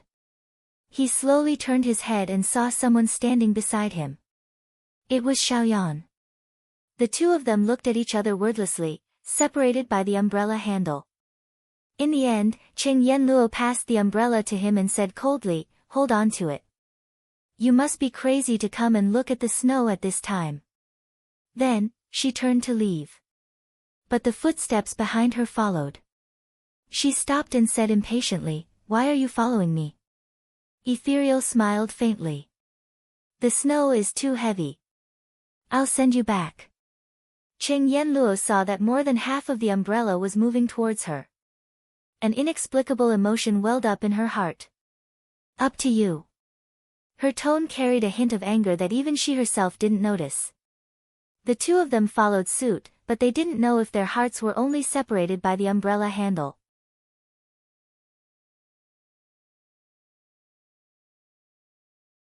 Chapter 502. It had been snowing for the entire night. Looking into the distance, it was a vast expanse of white. It was hard to tell where the sky was and where the mountains were. After Chu Qingyan had breakfast, she went out for a stroll. Now, the snow had become smaller. It was like a drizzle, floating down gracefully. She wanted to go out and find something to do.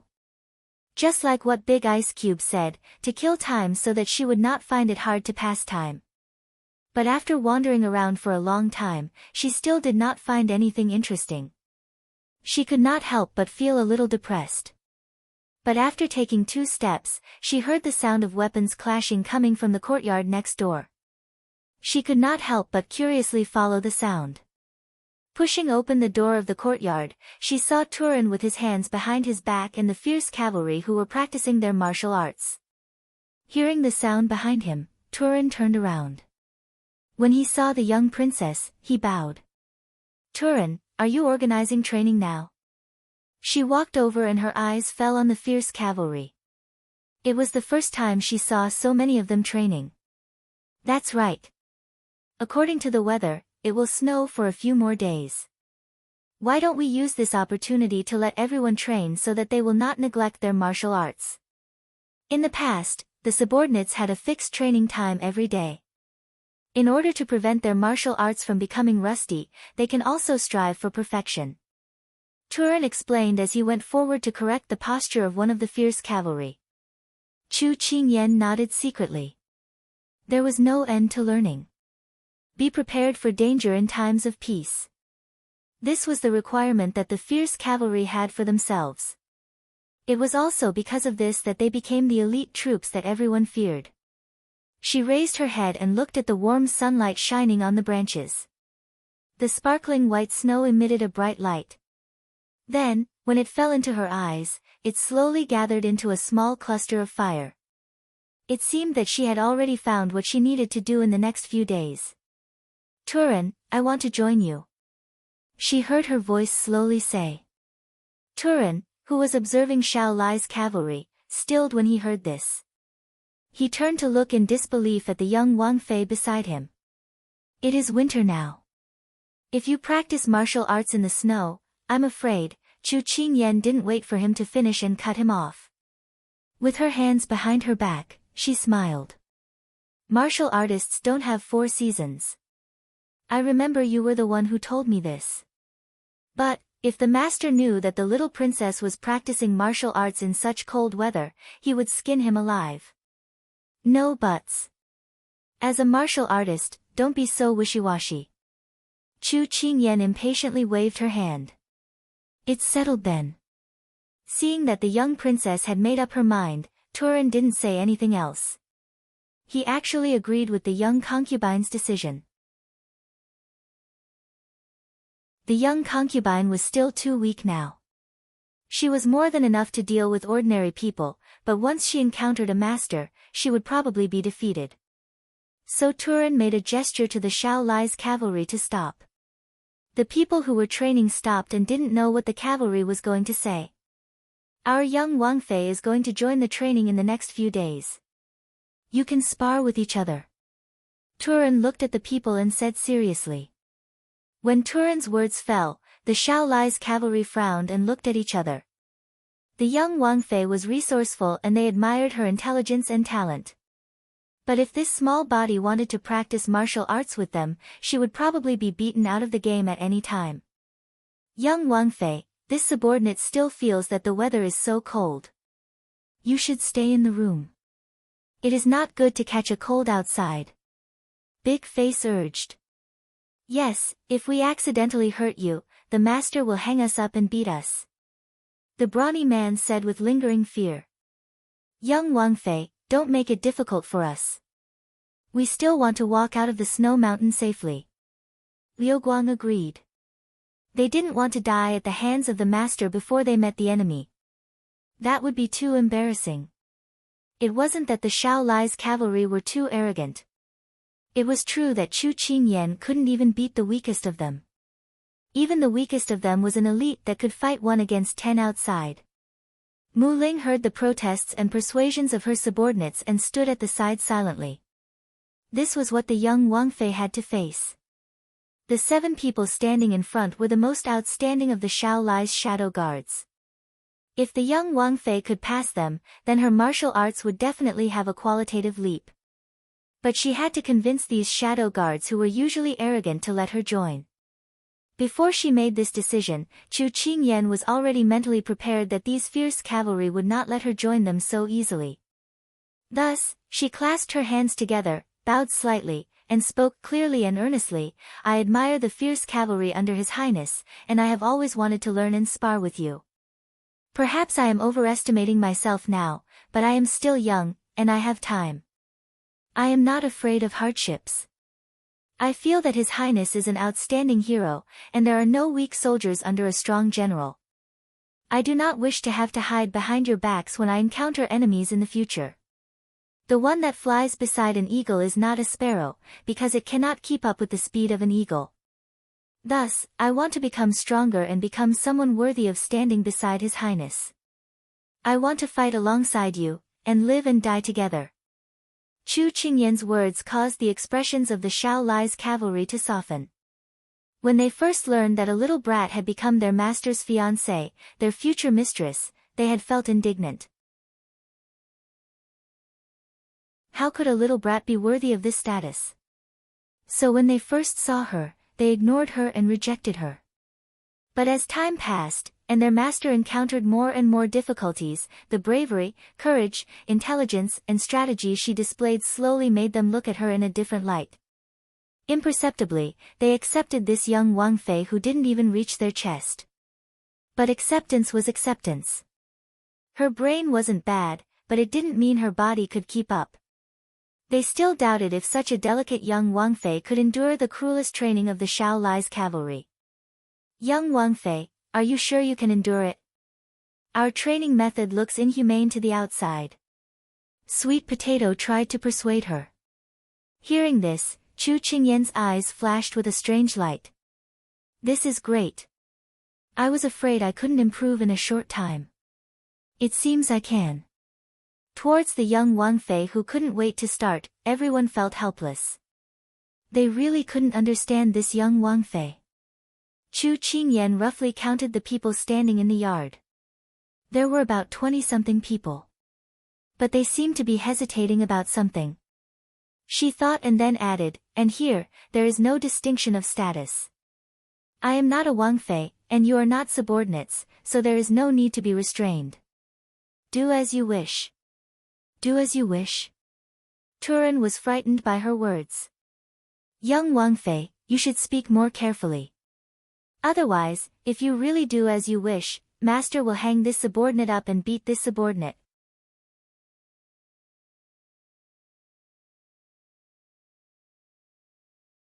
Chapter 503. Once she made her decision, Chu Qingyan immediately changed her clothes and came back. She was holding the wooden sword that Mu Ling had made for her. It was suitable for her to practice when she had nothing to do. However, when she held it in her hand, she saw the disdainful gazes of the big-faced men. She could not help but frown. Was this sword not good enough? She did not think too much about it and found a place to practice. She first reviewed the Raging Flame sword and then began to practice the Heaven and Earth sword. Just as she was feeling good about herself, a figure suddenly appeared in front of her. It was Cicada. She heard that his swordsmanship was first class. Chu Qingyan thought that he was going to give her some pointers, but she saw a disdainful expression on his face. She frowned slightly and heard him say, "Little princess, do you think it's fun to play with a wooden sword? You don't have any strength at all, let alone go into battle to kill the enemy. Here, catch. Before Chu Qingyan could hear clearly, a black iron sword flew in front of her. She caught it in a hurry. Heavens, her knees almost knelt down. Why was it so heavy? Cicada saw that her knees were bent and her hand that was holding the sword was almost unable to hold it tightly. A trace of disappointment flashed across his eyes. Little Princess Consort, your foundation is too weak. You should learn how to use this black iron sword well first. With that, he shook his head and walked away, practicing with his sword. Chu Qingyan found it hard to imagine that she would use this heavy iron sword to practice her swordsmanship. She would not even be able to lift it, right? However, she was not wrong about the contempt in Cicada's eyes. People who practiced martial arts were all arrogant, especially those who were the best in their field. She could understand Cicada's mentality. If he really despised her, he would not have taken the initiative to teach her. He just could not stand her being so weak. Chu Qingyan looked around and the people who were sizing her up immediately retracted their gazes. Later, Chu Qingyan found out from her big face that Cicada's move was to test her. He wanted to see if she could accept their suppression humbly. If this first step went smoothly, they might teach her. However, if it did not work, they would treat her as air and throw her aside.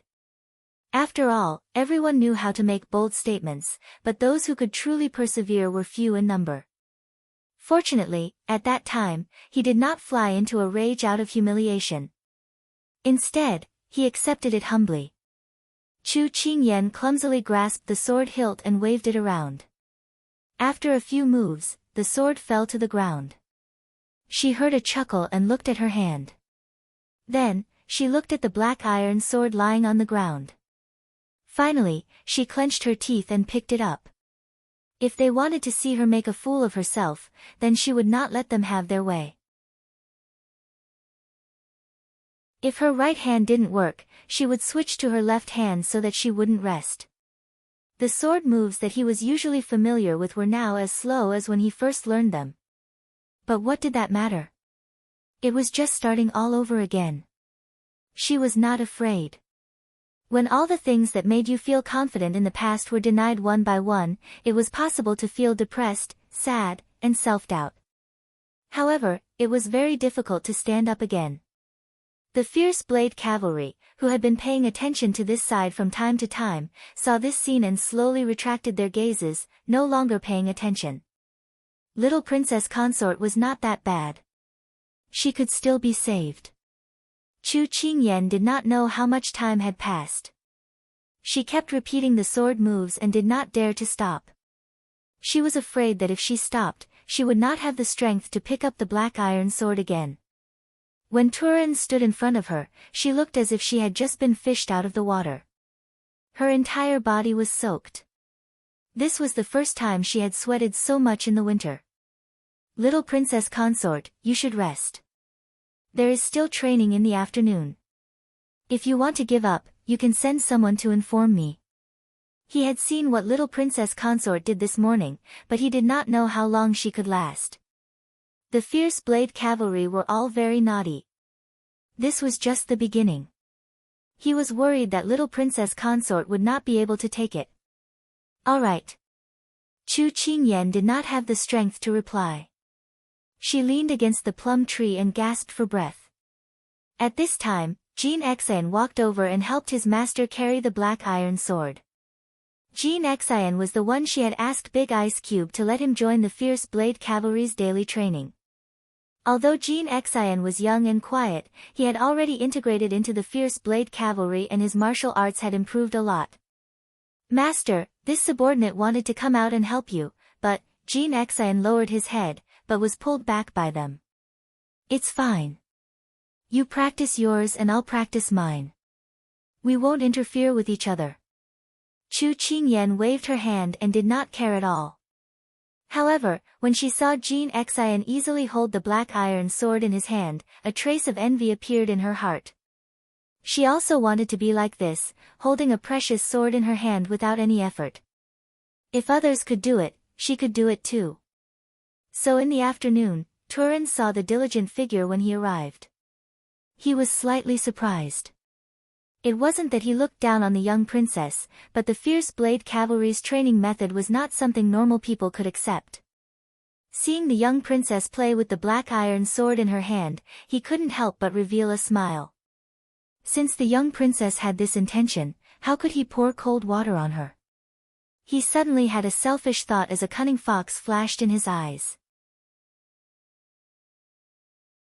Chu Qingyan did not know that she had fallen into someone's trap. At this moment, she was fully focused on her training. After 2 hours in the morning and afternoon, Chu Qingyan felt that the black iron sword in her hand was not that heavy anymore. Although she could not reach the speed and sharpness of the light sword, she could at least move it freely. She smiled in satisfaction. Originally, she could not bear the weight because she had not practiced for several days and was a bit rusty.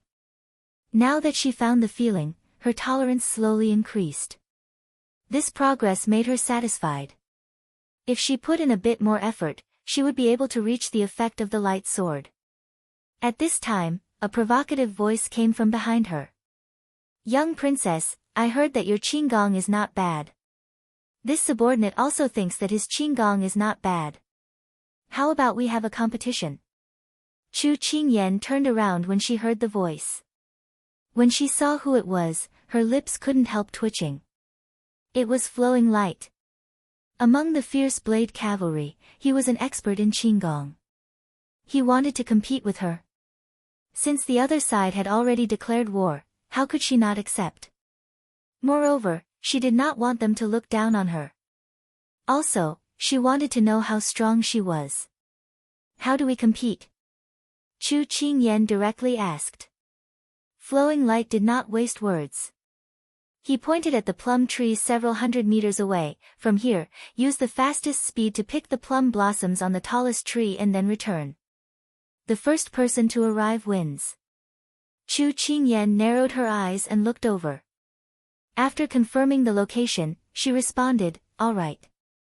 Young princess, I look forward to your performance. I hope that you will not make this subordinate wait too long at the finish line." Flowing Light said in a mocking voice. "We'll talk about it when you arrive. Start." Chu Qingyan responded in a deep voice.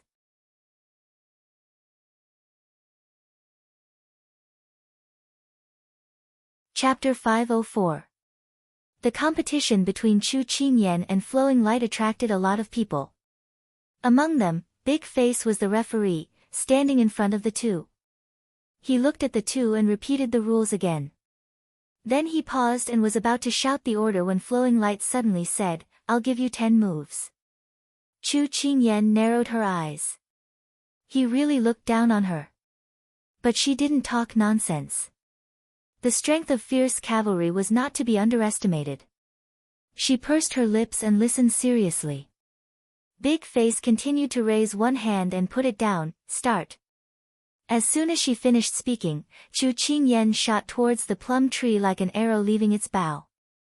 But when she left the starting position, she heard Flowing Light slowly count, 1, 2. Chu Qingyan pursed her lips and used all her strength, not daring to slack off. She wasn't a tortoise in a race with a Turin. She didn't meet a rabbit that would slack off, and she didn't know how to climb slowly.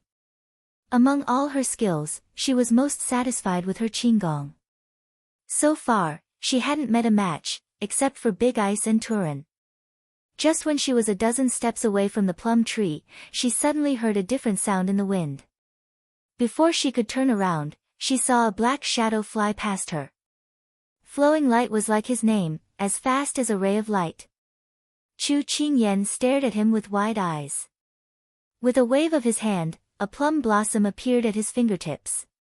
Then when he turned around and brushed past her, she heard him say, "Little Princess Consort, if this subordinate reaches the finish line 10 times and you still haven't arrived, then," the unfinished words were blatant disdain. Chu Qingyan turned around, but he was already gone.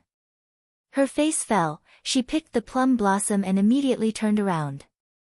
When Chu Qingyan returned to the finish line, Flowing Light was leaning against a tree trunk with his arms crossed. He looked at Chu Qingyan with a mocking expression. Little Princess Consort, this subordinate had already dozed off for a while before you came back. I have to say that you're very weak. I lost. Chu Qingyan didn't try to defend herself. This was the truth. She was indeed not as good as her opponent. It turned out that there was always someone better out there. Previously, he was a frog at the bottom of the well and short-sighted. He thought that what he had was something that others didn't have. He didn't expect that what he had was the cheapest. Your reaction was too slow. By the time the enemy attacked, you had already become a ghost under the blade. If you don't have enough stamina and your legs can't keep up, your speed will only get slower and slower. There's one more thing. Qinggong is not only for escaping in times of danger, but also for chasing after the enemy. You didn't use your full strength just now. Because you don't have the sense of danger of death. Flowing Light retracted the sneer at the corner of his mouth and criticized with a serious expression, emphasizing each and every word. Chu Qingyan's face turned pale. This was the first time that someone had pointed out her shortcomings so directly. Even Turin, who was strict with her, had never spoken to her in such a tone. The impact on her heart was even more intense. Turin looked on from the side with a worried expression. He didn't know if the young princess could accept these criticisms. In the past, when he took care of the young princess himself, he had never thought of training her like Xiao Lai Qi because their duty was to protect the master and the young princess. They didn't need the young princess to go into battle to kill the enemy. In addition, he felt that the young princess was delicate and soft. If she couldn't withstand such a difficult training, he would be more relaxed with her. However, the thorns under his command were not so easy to talk to. They were very strict. Once they entered the camp, regardless of whether they were male or female, they would treat them like men and wouldn't have so many concerns. Therefore, whether the young princess could withstand it or not depended on herself. Okay, Flowing Light, can you teach me? Since he was willing to spend time pointing out her shortcomings, then he should be willing to take care of her. Chu Qingyan had never doubted her own judgment. Flowing Light wanted to continue speaking, but when he heard her words, he was slightly stunned. He really wanted to teach the young princess himself. Okay, tomorrow morning, this subordinate will wait for you here. After speaking, Flowing Light turned and left, not giving her any chance to regret. Chu Qingyan was stunned. Morning. 3 to 5 in the morning. So early. But she had already spoken, so there was no room for regret. At this time, Cicada walked over and said to Chu Qingyan impolitely, Young princess, tomorrow morning, this subordinate will check if your swordsmanship has improved. If there is no improvement, then, another person who didn't speak clearly. Chu Qingyan was speechless. Without saying anything, she took the black iron sword from Jean Xian's hand and continued to practice her swordsmanship. Did these people not want to give her time to rest? It was like forcing a duck to a perch. Chu Qingyan wanted to cry but had no tears, but she didn't relax the swordsmanship in her hand. When Turin, who was standing at the side, saw this scene, he was both gratified and ashamed. He was gratified that the young princess didn't disappoint. He was ashamed of those troublemakers under his command. Most likely, they didn't really want to teach the young princess. The most important thing was that they wanted to experience the feeling of teaching others. In addition, their master had been harsh on their training, so they also wanted the young princess to experience this feeling. But if the young princess could learn something from them, then she would benefit immensely. When the sun was about to set, Chu Qingyan finished a day of practice. At this time, she was about to collapse. If Xining hadn't come to find her, she was afraid that she would have collapsed on the ground. Master, why do you have to suffer like this? Looking at the bloody blisters on her master's hands, Xining was so distressed that tears almost fell down. She didn't know why her master had to work so hard to learn martial arts. With Xining's support, Chu Qingyan finally dared to let out a sigh of relief and let half of her strength fall onto Xining's shoulder. Xining, there are many things that you can't ask why. Just like there are many things that you have to do. Chu Qingyan's gaze went past Xining and looked at the sun that was about to set. With great effort, she revealed a smile. The sun rises in the east and sets in the west. It doesn't matter if it's cold or hot. It doesn't change the 4 seasons. It has its own mission. And I want to do something that I feel is right. She didn't want to watch the people she cared about fall while she couldn't do anything about it. She didn't want to be a burden to others. She only wanted to be able to defend herself and protect others at the same time. She wanted to be a person who stood by his side without fear of any danger. She had always wanted it, and it was a must. Xining didn't understand her words, but she could feel her determination. Knowing that she couldn't persuade her, she couldn't help but cry, "Then Master, you must protect yourself well. Don't get hurt. Xining will be sad." "Okay." Chu Qingyan smiled faintly, "I'm starving to death. Hurry and help me back to wash up and eat." Xining immediately helped her back. But when they entered the courtyard, Chu Qingyan saw a familiar figure standing in the corridor. Big ice cube. She hurriedly hid her hands behind her back.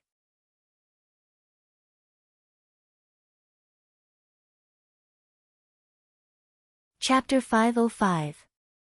Xiaosu saw her at a glance and saw her deceiving action. He frowned and looked a bit gloomy. "Where have you been all day?" She had disappeared after breakfast this morning. She said that she would have lunch in her room, and then he couldn't see her in the afternoon. Seeing her listless appearance now, he faintly felt a touch of displeasure in his heart. Chu Qingyan heard his voice and knew that he was unhappy. She thought to herself, "Oh no."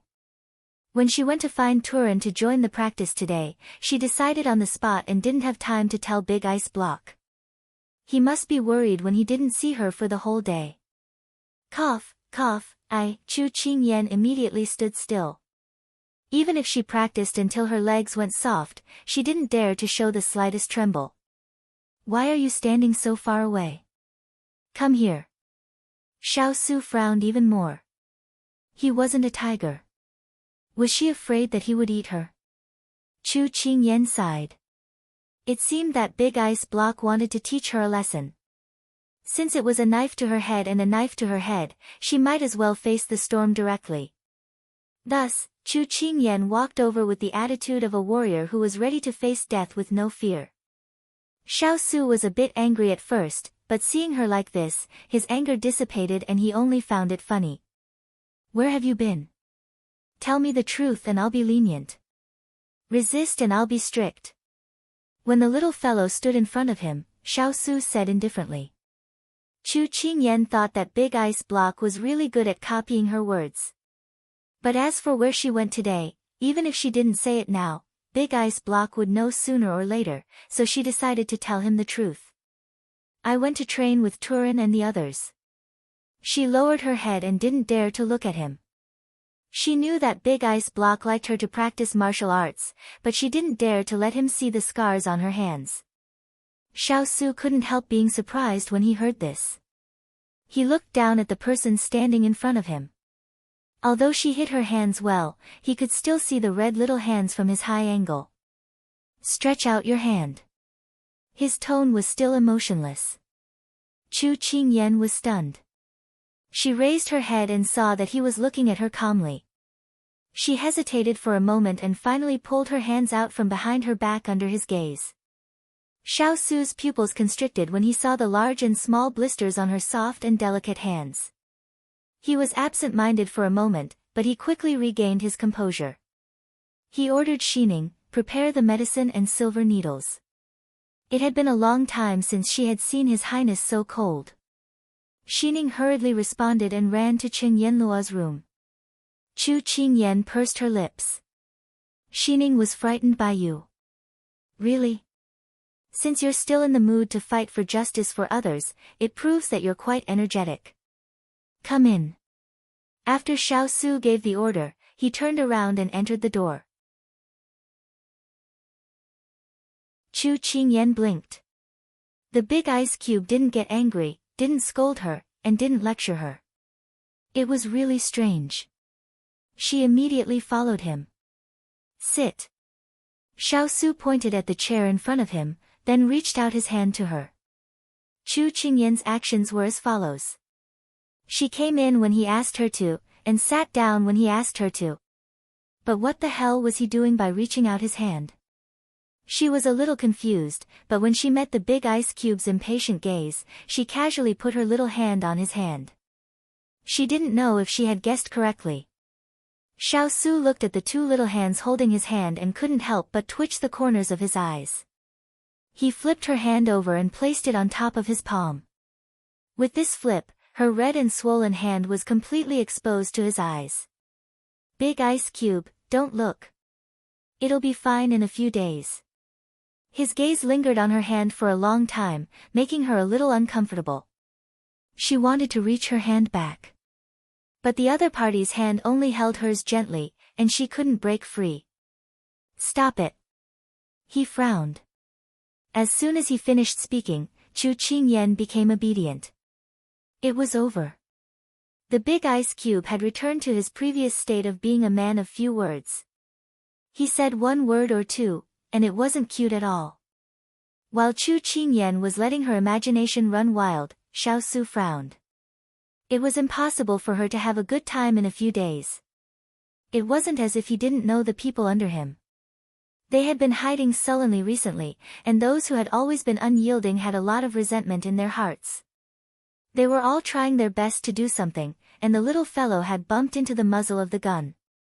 It was impossible for her to have a peaceful time in the next few days. This was only a small injury, and it wouldn't be so light in the future. Just as the two of them were lost in their own thoughts, Xining huffed and puffed as she ran back with medicine in her arms. Xiaosu took the silver needle, grabbed her hand with one hand, and held the needle with the other, ready to insert it into her hand. Chu Qingyan looked at the sharp silver needle tip and broke out in a cold sweat.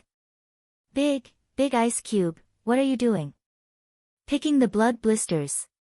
Xiaosu didn't even look at her, and directly started. Bear with it. As soon as he finished speaking, she was already screaming. Ouch, ouch, ouch. The louder she screamed, the faster Xiaosu moved. More than a dozen blisters were popped by him, and then he quickly picked up the medicine next to him and sprinkled it on her hand. Under a clear light, the pain was alleviated a lot. Chu Qingyan blinked her teary eyes, and looked at him neatly helping her to bandage her wound. She felt even more wronged in her heart. It hurts so much. Chu Qingyan groaned. You'll be in pain in the future. Xiaosu continued what he was doing seriously, and told her the truth without even looking up. When Chu Qingyan heard this, she was instantly discouraged. However, she quickly regained her composure. I know, but I won't give up. And, remember what you said. Xiaosu withdrew his hand and looked at her with eyes as calm as water. He didn't ask her why she suddenly wanted to join the training, didn't ask her what she practiced today, and didn't ask her if she was wronged. Because once a person made a decision, they had to be responsible for their own decision, and the words of others didn't matter. Chu Qingyan thought that after the wound was bandaged, the big ice cube would start lecturing her, but he didn't. This made her feel a bit uneasy. The big ice cube was very strange. Shouldn't he be lecturing her, telling her not to make decisions without permission? And when the two of them were looking at each other without saying anything, a discordant sound rang out. Gugu, what's that sound? Xiaosu frowned. Chu Qingyan's face turned red, and she pointed at her stomach. It's hungry. Xiaosu looked at her deeply, and then turned to Xining. Pass the food. Yes. Xining felt her highness' cold aura, and ran faster than a rabbit. At this time, Chu Qingyan was waiting for the food to be served, full of satisfaction. She was about to faint from hunger. But when she saw her two hooved hands, which were as round as a robot cat's, and couldn't even hold chopsticks, she wanted to cry. She saw the person sitting quietly next to her and immediately went over. I can't eat with the big ice cube. Feed me, feed me, feed me. Saying it once is enough. Xiao Su's tone was helpless. Because important things have to be said 3 times. She said righteously.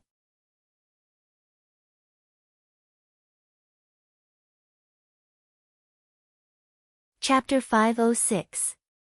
After contentedly enjoying Big Ice Cube's service, Chu Qingyan patted her round belly, revealing a kitten-like contentment. What time are you getting up tomorrow morning? Xiao Su looked at her squinting contentedly, and his heart softened. Tomorrow morning. Chu Qingyan woke up with a start, and quickly extricated herself from the comfort. 5 in the morning. She drooped her little head weakly.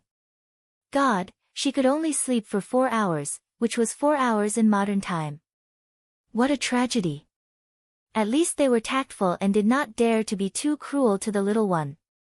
When he trained them, they had to get up at 3 in the morning to prepare.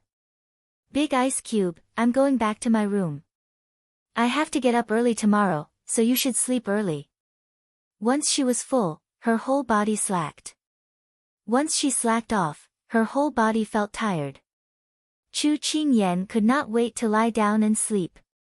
Seeing Chu Qingyan's somewhat unstable footsteps, Xiao Su's eyes darkened, and he suddenly said, Come out. Master. Turan appeared immediately.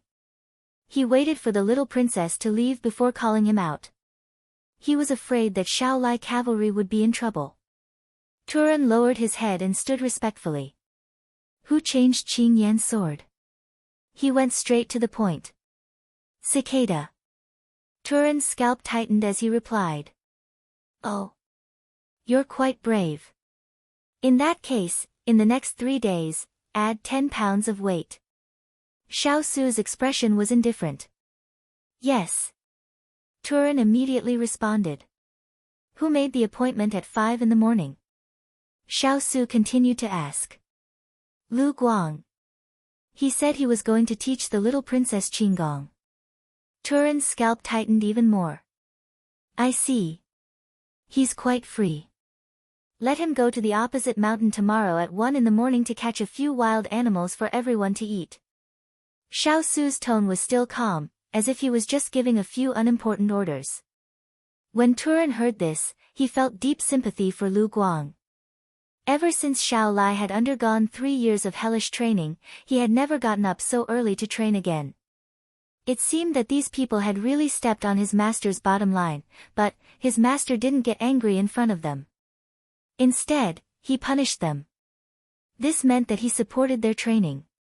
However, he would definitely get back at the little princess for what she had suffered. Turan suddenly felt that his master was very scary. In the future, he had to listen to Huo Ling's advice and stay away from Father Chu and the young princess. Only then could he live a peaceful life. After returning to the room to wash up, Chu Qingyan fell onto the bed and fell into a deep sleep. Master, wake up. Xining rubbed her eyes and went into the master's room to wake her up. Chu Qingyan replied in a daze, Let me sleep a little longer, just a little longer, master, don't you want to practice? Xining called out again. Last night, her master had specifically told her to wake her up in the morning no matter what. If she really couldn't wake her up, then she could use a basin of cold water to wake her up. Just as Xining was hesitating whether or not she should really go get cold water, Chu Qingyan heard the 2 words, practice, and immediately jumped up from the bed. However, this heroic posture didn't last long because her feet were in too much pain and she fell back into the blankets. What time is it now? Chu Qingyan felt as if her entire body had been dismantled and reassembled. She couldn't even lift her hands. She rubbed her temples and asked in a daze. It's already 5:00 in the morning. Xining immediately replied. Hurry, give me my clothes. I'm going to be late. At this time, Chu Qingyan couldn't care less about the pain in her body. She immediately got up and hurriedly put on her clothes. Then she put on her shoes and hurriedly washed up. With one hand, she picked up the porridge and drank it in one gulp without caring if it was hot or not. With the other hand, she grabbed the steamed bun on the table and ran far away. Xining just put down the towel and turned her head to find that her master's figure had disappeared. She sighed and said, "Master seems to have flown away. It must be because I'm still not awake. I'll go back and sleep again." At this time, Chu Qingyan was already on her way to the training courtyard. After Chu Qingyan left, a figure stood in the corridor and looked in the direction she left with a deep gaze. On such a cold day, the little fellow rarely woke up so early. Later, he would ask someone to boil some ginger soup to prevent her from catching a cold. When Chu Qingyan swallowed the last mouthful of steamed bun, she had already arrived at the courtyard. The sky was dark and there wasn't a trace of light. Fortunately, there were lanterns in the courtyard, so it wasn't so dark that she couldn't see her fingers. The courtyard was very quiet. Chu Qingyan looked around. Why didn't she see anyone? At this time, a resentful voice sounded from the tree beside her, "Little princess, you're late." Hearing this, Chu Qingyan was shocked. She took 2 steps back and looked up. She saw Lu Guang half lying on the tree branch with a sleepy and resentful face. Then he flipped over and landed on the ground. He was very disdainful of her own fear. "Didn't you sleep well last night?" As a master, Chu Qingyan felt that it was necessary to empathize with her subordinate. These words made Lu Guang's face darken. Didn't he not sleep well at all? Did he not sleep well last night? When he returned from his mission last night, he received orders from Sir Turin that his master wanted him to come out and practice at 1 in the morning. He didn't even have time to change his clothes before he went to climb a few mountains.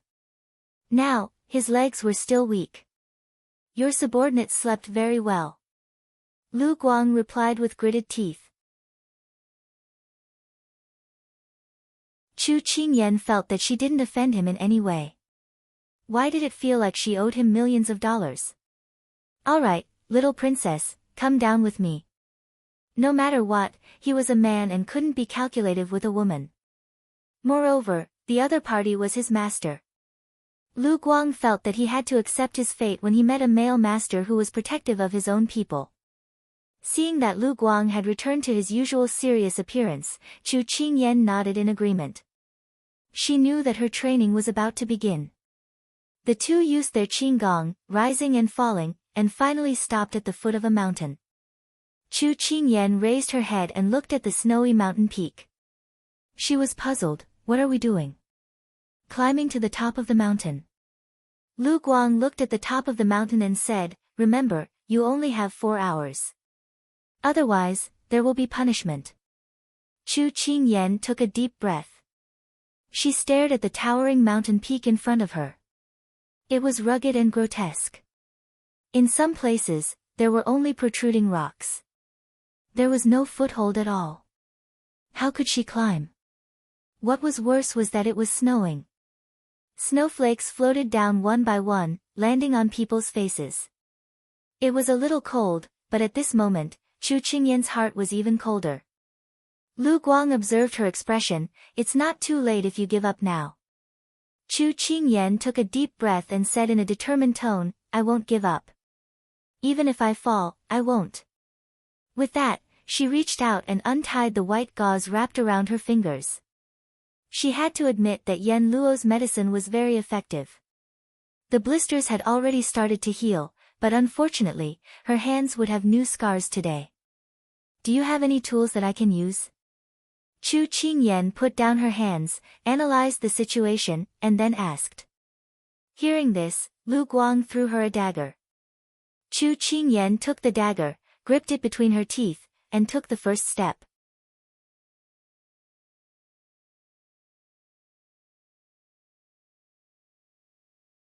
Chapter 507.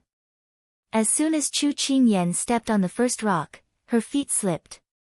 Because of the weather, after the snow, the rocks were cold and smooth, making it difficult to climb. However, she did not give up. Instead, she carefully stepped on the rock with the tip of her foot and shifted her center of gravity forward. Then, she grabbed a vine with both hands. As soon as she grabbed it, she felt a piercing pain in the places where she had been injured yesterday. Chu Qingyan did not let go. Instead, she leaped up and grabbed onto another protruding rock. Then, she placed her feet on a spot where she could land. Following that, she leaped up and grabbed onto the two protruding rocks. Her entire body was like a gecko stuck to the stone wall, her body firmly stuck to it. This mountain was too steep. There were too few things she could rely on. Moreover, the sky was too dark. If it were not for the reflection of the white snow on the mountain, she would not have been able to see the road clearly. And it was because of this distraction that the rock she grabbed in her right hand loosened. She almost fell down. Fortunately, she reacted quickly and stabbed a dagger into the crevice of the rock to avoid the danger of falling. At this time, Lu Guang, who was following behind her, easily passed by her. Seeing that she was sweating profusely, he couldn't help but shake his head. Too slow, too slow. How can you reach the top of the mountain in 4 hours like this? Chu Qingyan was speechless. It was her first time climbing a mountain in this way, okay? Do you know that in modern times, you have to wear a safety belt when climbing a mountain? She really wanted to complain. However, when she saw Flowing Light's body as light as a swallow effortlessly stepping on the mountain rocks and jumping far away, she shut her mouth. Only when one had absolute strength could one speak. Otherwise, others would only think that one was looking for an excuse and would not pay attention to one at all. Chu Qingyan calmed down. Now, she did not care about the time. As long as she could completely climb this mountain today, it would be a victory. Flowing Light sat on a pine tree on the cliff, leisurely watching the people below struggling with the mountain rocks. He seemed to feel that she was not as anxious as before. Instead, she slowly walked forward step by step. The contempt in Cicada's eyes faded a lot.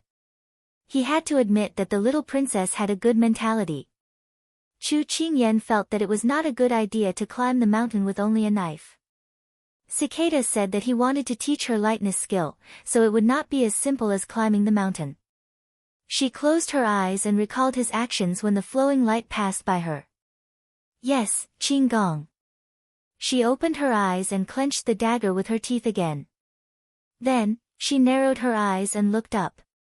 When she saw a protruding rock, she used her inner force and with a light kick, she flew up. Then, she grabbed the rock with both hands and stepped on the sunken ground. The first experiment was a success.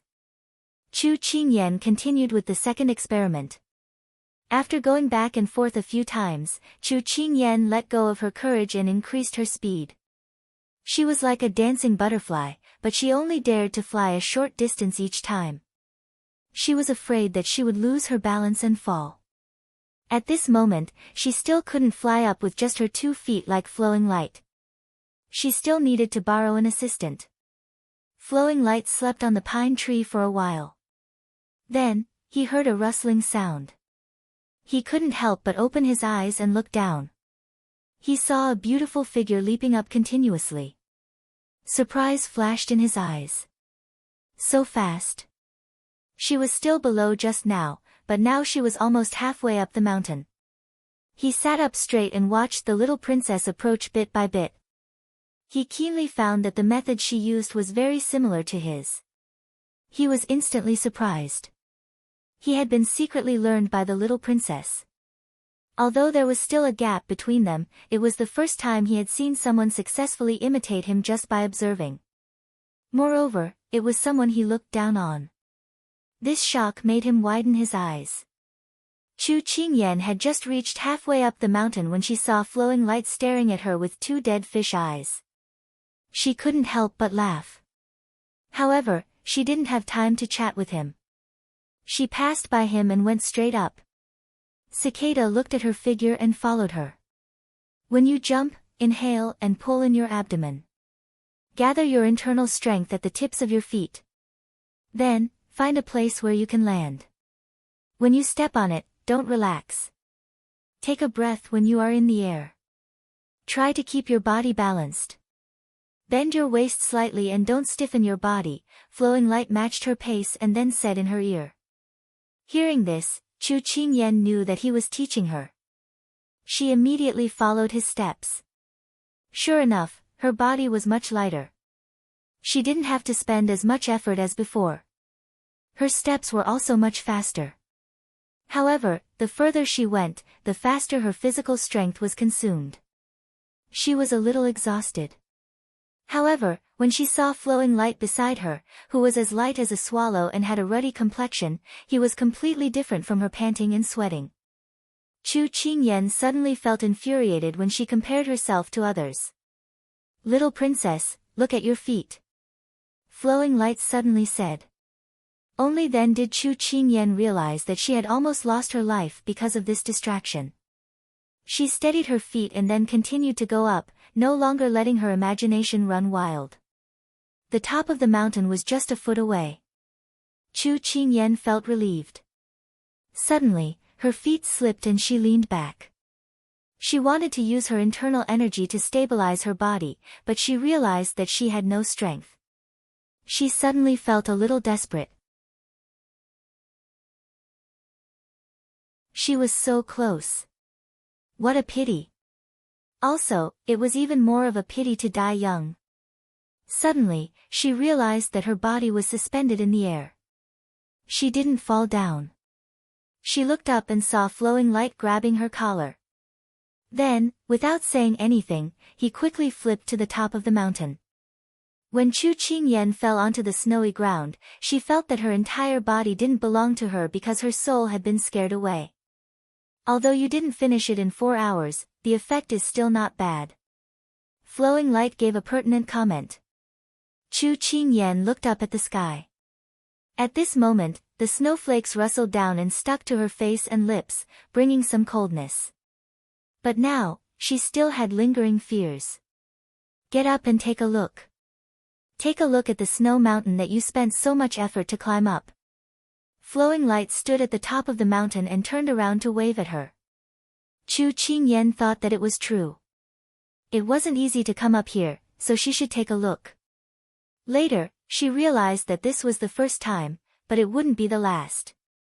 The moment she got up, the first ray of sunlight pierced through the clouds and shone on the ground. Sunrise, when the light shone, it quickly spread out. She saw the rolling sea of clouds, the endless snow mountain, and beautiful birds. Attracted by the magnificent scenery in front of her, Chu Qingyan couldn't help but smile. So beautiful. Before she finished admiring, Flowing Light spoiled the scenery and said, "It's time to go." "Go where?" Chu Qingyan asked blankly. "Down the mountain." Flowing Light looked at her disdainfully. Could it be that climbing the mountain once made her stupid? What the hell? Down the mountain? Chu Qingyan lowered her head and looked down. She could only see clouds surrounding the mountain. She couldn't see the bottom of the mountain. How high is this? I'm going to die.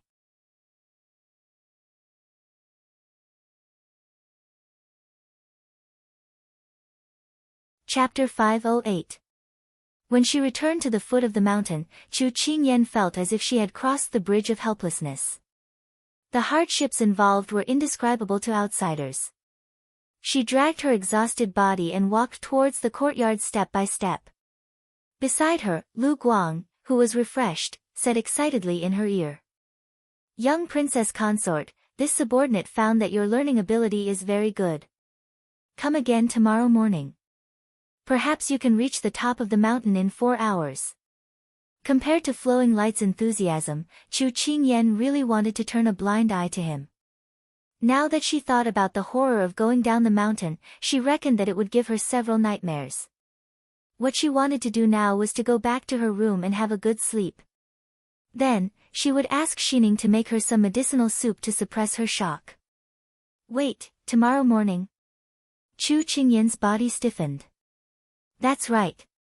From now until we leave the snow mountain, this subordinate will be your Qinggong instructor. Flowing Light smiled at her proudly. Chu Qingyan felt that the whole world had darkened. But this was not the only thing waiting for her. She had just returned to the courtyard when she was surrounded by people.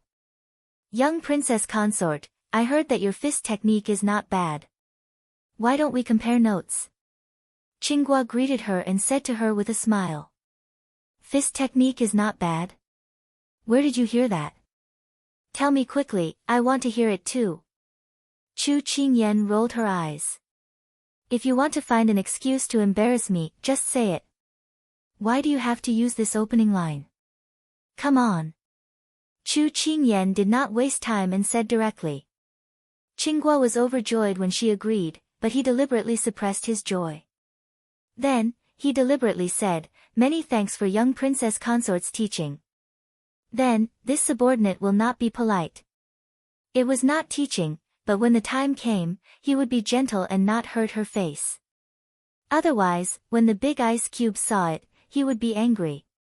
The crowd quickly cleared out a space for the two of them and surrounded them in the middle. Some of them had already prepared food and were ready to eat while watching the show. Chu Qingyan sighed when she saw that everyone had come prepared. Just how much did they dislike her? Everyone wanted to see her embarrass herself. However, she had already lost face. If she lost face a few more times, other than being thick-skinned, nothing else mattered. Qinghua said, "Little Princess Consort, you are a woman. This subordinate will let you have 3 punches, plus the right hand and both feet." This meant that she would only use her left hand to deal with her. Chu Qingyan sighed again. Everyone gave in to her at the beginning. Was it because they wanted to be satisfied when the tables turned? However, she felt that even if he went easy on her, she might not be able to take more than 10 punches from him. Chu Qingyan swallowed her saliva and encouraged herself. No matter what the outcome was, she had to do her best. She steadied herself and clenched her fists. She took a step forward and quickly punched him. He easily dodged the first punch. He dodged the second punch and she missed. He did not dodge the third punch, but she hit his chest, as if she was tickling him. Chu Qingyan stared blankly at her own hands and heard him say, "Little Princess Consort, it's this subordinate's turn to make a move. Sorry for the offense."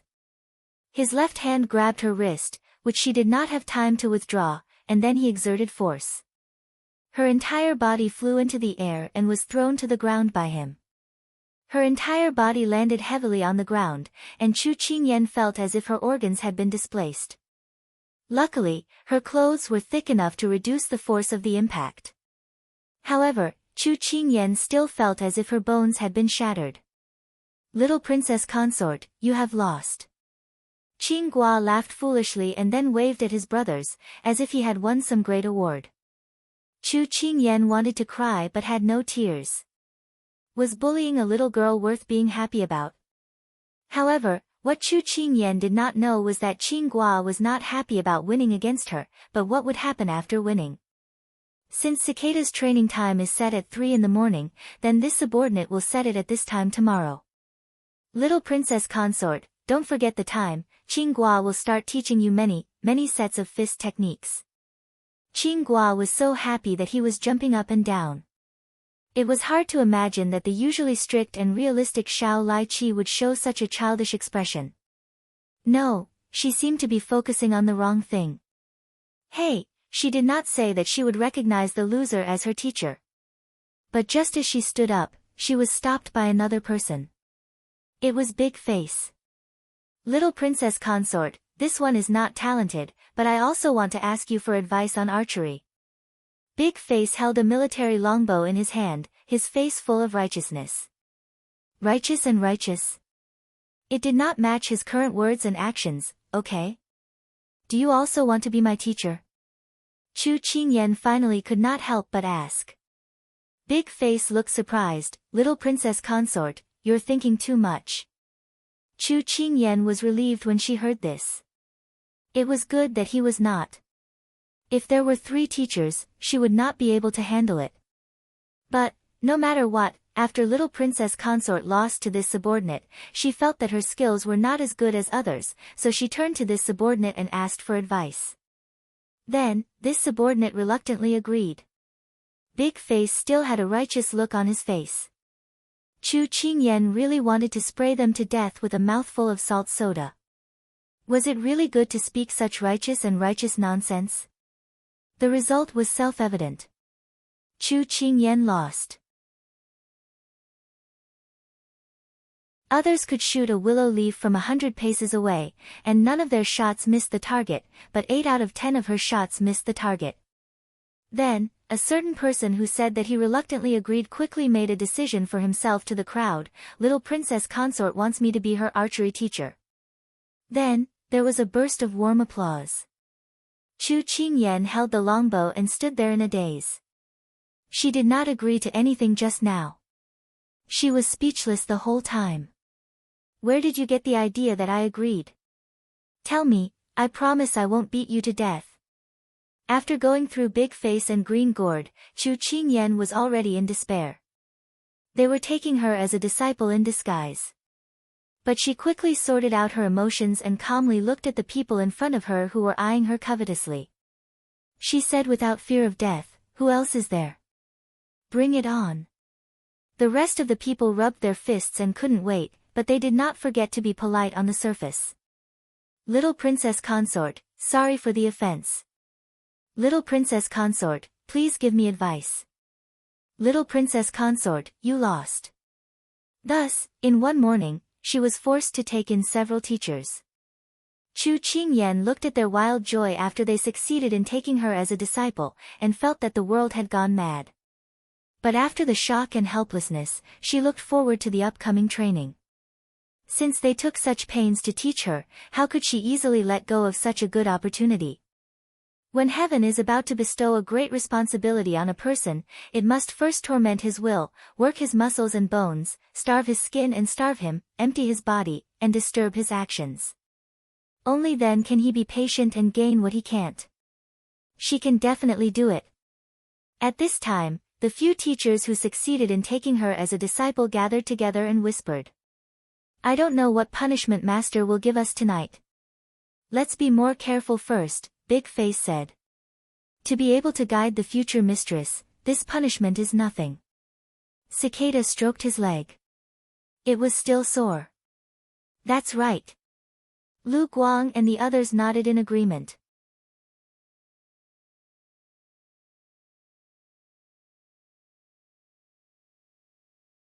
Chapter 509. Of course, Chu Qingyan did not know that these fierce cavalry, who were usually strict and serious, would have such a black-bellied side to them. At this moment, she dragged her tired body and slowly walked towards her own courtyard.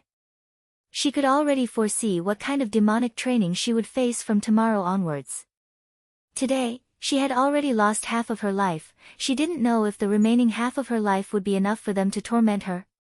Horsemanship, archery, fist techniques, swordsmanship, qinggong. She had finally seen the 18 different kinds of martial arts. But when it came to herself, it was a little scary. But she couldn't help but imagine, if she really learned all of them, how awesome would she be when she walked out. No, the main thing was whether her small body could bear all of these. After all, one couldn't become a fatty in one bite. At that thought, Chu Qingyan shook her head, trying to get rid of those weird thoughts. The most important thing for her now was to take a hot bath and have a good night's sleep. Tomorrow was going to be another tough day. When Chu Qingyan returned to her courtyard, she saw the person sitting in the courtyard. She slowly walked over and weakly greeted, Big Ice Cube, aren't you going to eat? It's already time to eat. Xiao Su was sitting here, waiting for her to come back.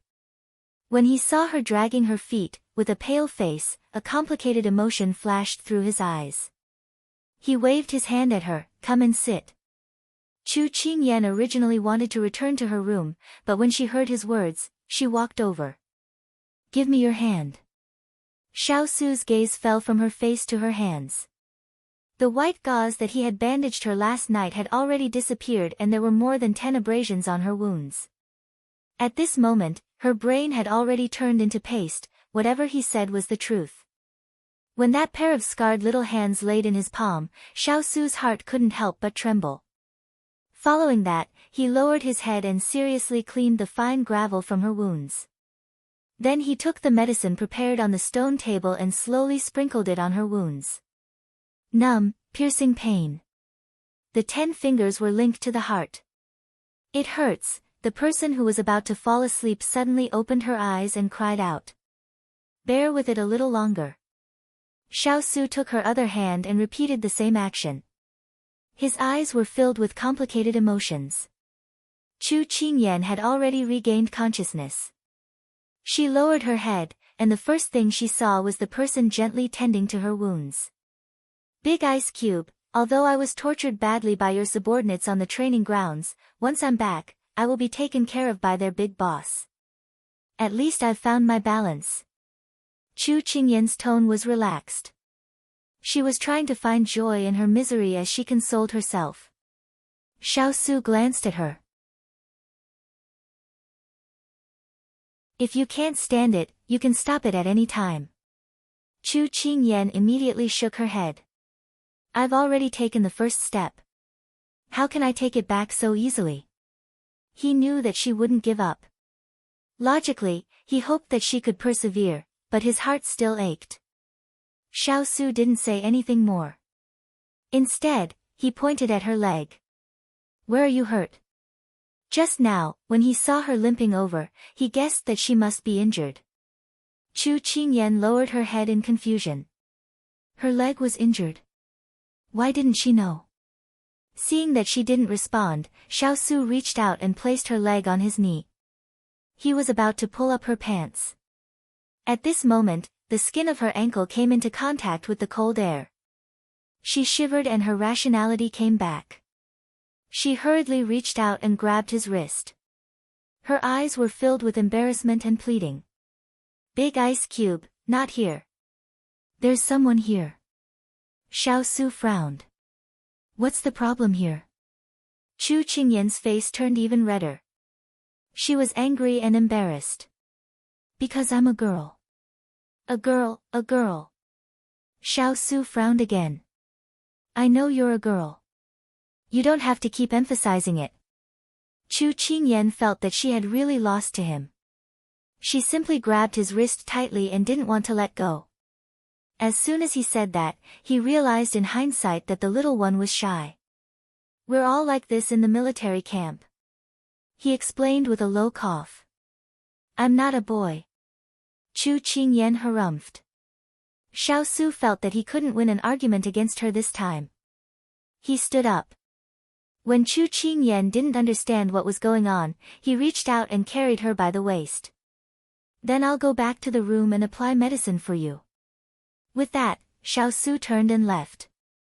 It had been a long time since she was in the Big Ice Cube's arms. But at this moment, she was extremely tired. Her reflexes were long and she was slow. She didn't have time to think about anything.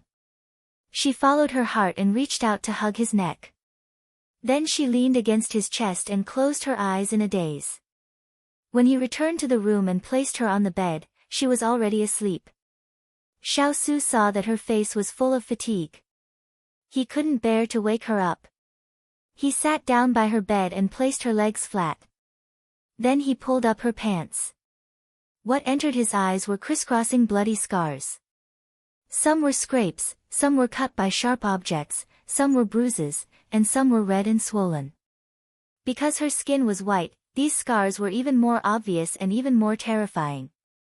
Since he was young, he had suffered all kinds of injuries. With one look, he could guess where these injuries came from.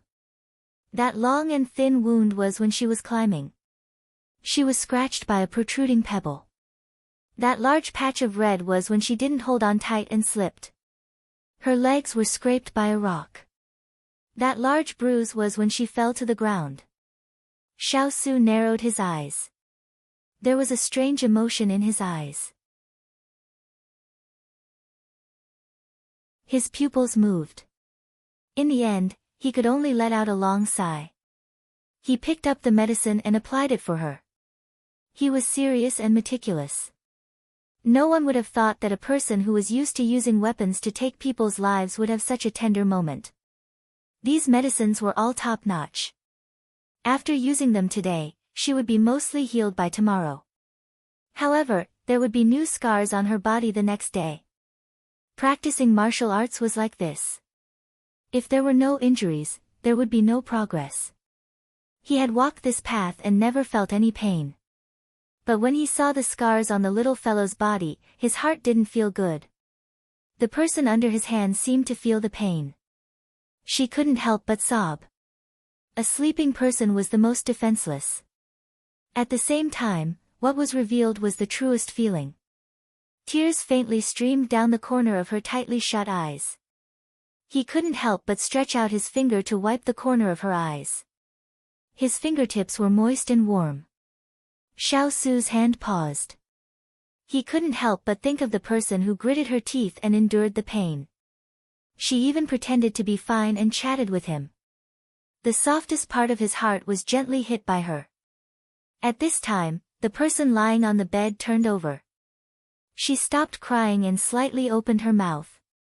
"I won't admit defeat. I won't," she muttered to herself with determination. It was as if she was convincing others, but also as if she was convincing herself. Xiao Su's hand caressed her cheek.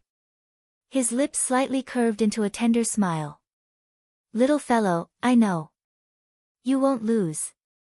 You have always been making people sit up and take notice of you."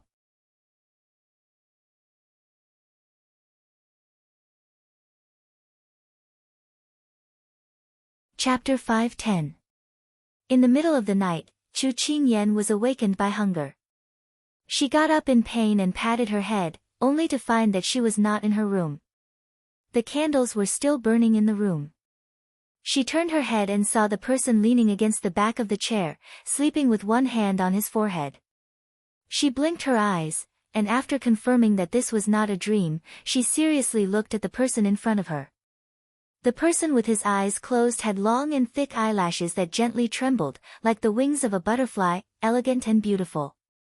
She envied people with long eyelashes, because it made their eyes look especially big and deep. Just like the person in front of her, when he opened his eyes, the color of ink made people want to sink into his deep mystery. Wait, why did she have this kind of feeling? No, when did the person in front of her wake up? Big Ice Cube, she immediately stopped looking at him, and tactfully and sincerely said, "Big Ice Cube, I don't think I have eaten tonight." Hearing her hint, Xiao Su's eyes flashed with a smile, and then he got up and walked out the door. Chu Qingyan leaned against the wall of the bed and watched as he opened the door. He seemed to be saying something to someone outside. She scanned her surroundings and realized that this was Big Ice's room. How did she end up in his room? Before falling asleep, she seemed to have been carried by Big Ice Cube, and then she did not have any memory of where they went. She moved her hands and feet, and it seemed that medicine had been applied. The swelling on her legs had dissipated a lot, but she was still a little embarrassed. Although in the modern era, when they wore short pants and short skirts, they did not feel anything, but in the ancient era, when in Rome, do as the Romans do. Having her legs seen by someone, it seemed a little embarrassing. But she comforted herself, this person was Big Ice Cube, not someone else, not someone else, not someone else. She comforted herself in her heart. And at this time, Xiao Su had already walked back, and behind him was Xining, and Xining was holding hot food in her hands. Xining placed the food on the table, then smiled at her mistress who was about to drool. His Highness asked this servant to prepare the food and put it in the kitchen, so that you can eat it whenever you wake up. Chu Qingyan was touched when she heard that. The Big Ice Cube was so considerate. He even guessed that she would wake up hungry in the middle of the night. She cast a grateful look at the big ice block, but the other party was unperturbed. She didn't say much. The most important thing now was to feed her stomach. But when she sat at the table, she looked at her tightly bandaged hands and felt troubled. At this time, Xiao Su had already walked over with a cloak in his hand. He reached out and draped it over her shoulders, then tied the rope. Then, he took the spoon on the table, took the rice bowl, and scooped the rice to her lips. Everything seemed to be practiced countless times, and he did it smoothly without any pause. Perhaps she was already used to his actions. Chu Qingyan obediently opened her mouth and ate the food, then wolfed it down. Xiao Su watched her eat a mouthful and then stared at him. Xiao Su felt that she was really starving. After 2 bowls of rice, Chu Qingyan felt full. She waved her hand, indicating that she didn't want any more. She felt that her table manners were too ugly, but she had no choice but to trouble the big ice cube. After drinking a bowl of soup, Chu Qingyan remembered something. Big ice cube, did you take your medicine today? Yes. Chu Qingyan was relieved when she heard that. After sleeping, she was much more energetic and quiet. She thought of today's training, and couldn't help but be angry and curious. Big ice cube, how did you train Shaolai cavalry in the past? Twice as strict as your current training. Xiao Su recalled that when he first formed Shaolai cavalry, he was only a 10-year-old child. Really? Chu Qingyan felt that her training was already considered harsh. Now that she heard him say that, she couldn't help but sympathize with Big Face and the others. Yes, it has been 10 years since the formation of Shaolai cavalry. Turan, Mu Ling and the others joined when they were 7 or 8 years old. Most of them are orphans, but they have strong minds and can endure hardships. They can endure torture that ordinary people can't endure, so in my training, they were able to survive through layers of elimination. Just like sand being washed away by waves, he wanted elites, not people who were just there to make up the numbers. So in the end, when his team appeared, it caused everyone to tremble in fear. 1 against 10 was a conservative estimate. They all had their own strengths, and when they were together, they were an extremely powerful army. When they were separated, they were all sharp arrows that could fight independently. Because she had eaten and slept well, her spirit was very good. She pestered him to ask about how he trained Hu Ling and the others. When she learned that in order to let Turan and the others quickly learn Qinggong, the person in charge of training threw them directly from the top of the cliff, and then they each relied on their own ability to fall to the bottom of the cliff, Chu Qingyan patted her chest and rejoiced. It seemed that flowing light was still kind to her.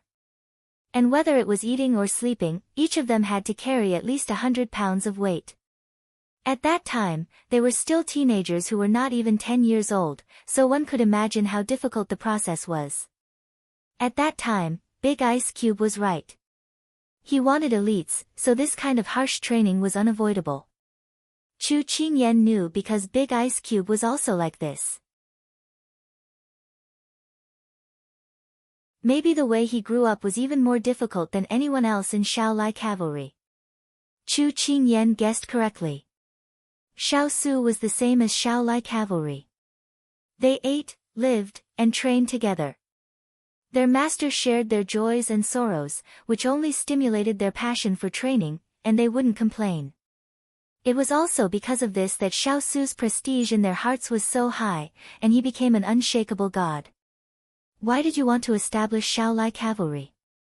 Chu Qingyan asked seriously. At that time, he was only 10 years old. How could he have such a long-term vision? Xiao Su was silent for a while, and then slowly said, because I wanted to live. At that time, he was still young and had a fear of death. But there were so many people around him who covetously wanted to take his life. From a young age, his sense of crisis was very strong. In addition to that fire at the age of 10, it burned away the last bit of trust in his heart, so he needed a group of people that belonged to him. He woke up from his memories and casually asked, then why did you agree to them and practice martial arts so hard? Live? At such a young age, he was already thinking about how to live. Chu Qingyan's heart ached, and her nose was unusually sour. She felt bad for him. Hearing his question, her eyes couldn't help but surge with a strange emotion. She didn't answer him directly, but asked him back, guess? Xiao Su wasn't interested in playing a guessing game with her. He got up and carried her back to the bed, covered her with a blanket, and indicated for her to sleep early as they still had to wake up early tomorrow. Chu Qingyan looked at the person who walked to the candlestick and blew out the flame, and her lips curled up. Big Ice Cube, I've always been working so hard for you.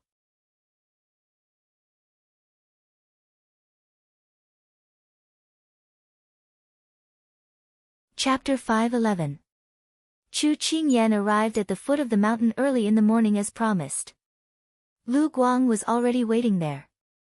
At this time, his expression was even more tired than yesterday. Chu Qingyan didn't know why, but she didn't ask. She was even more grateful. He was so busy, but he still took the time to teach her. It was already very good. She had to cherish the opportunity to teach him.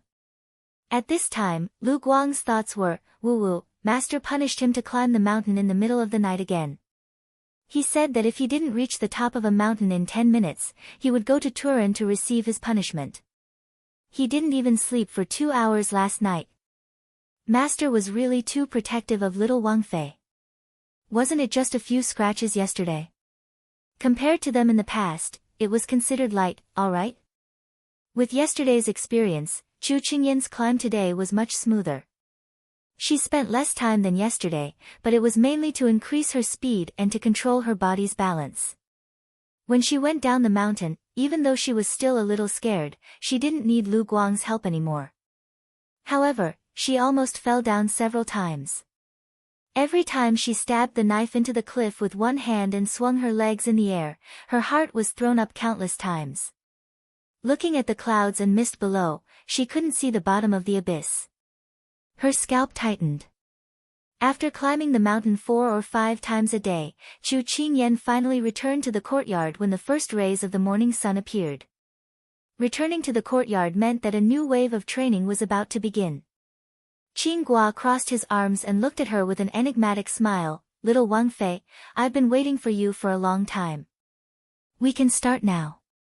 Seeing his smile, Chu Qingyan felt that he was up to no good. She nodded hesitantly. Then Qinghua took her to an empty space. This empty space was no longer the same as before. There were plum blossom stakes nailed to it. The shortest one was taller than Chu Qingyan. This is... Chu Qingyan gaped. It wasn't for her to practice the plum blossom stakes, right? Qinghua nodded and started with a comment. From yesterday's sparring, young Wang Fei's moves are too slow, her movements aren't agile enough, her body isn't flexible enough, and her moves are too few and simple. It's easy for the opponent to figure out her moves. After giving the comment, he explained his intentions, so this subordinate specially set up the plum blossom stakes. When you are familiar with the plum blossom stakes, this subordinate will teach you how to punch on it. Chu Qingyan's mouth twitched. It felt so difficult. Young Princess Consort, you can go up and familiarize yourself first. You have half an hour. After saying that, Qinghua pushed her forward. Chu Qingyan had no choice but to bite the bullet and get off the horse. She tapped her toes lightly and flew up. When she landed on the first wooden stake, she lost her balance and fell down. Only one foot was allowed to stand on each plum blossom pile, so she lost her balance and fell. Again. Green Melon waved her hand and ordered her to go up. Chu Qingyan got up from the ground and continued to climb up without saying anything. 1 time, 2 times, 3 times, Chu Qingyan didn't know how many times she fell before she was finally able to stand firmly on the plum blossom piles. Walk a few laps. Qinghua didn't give her any time to breathe as he ordered again. Chu Qingyan swayed as she carefully walked. Suddenly, a whip fell from the sky and hit the plum blossom pile under her feet. She was so scared that she almost fell down again.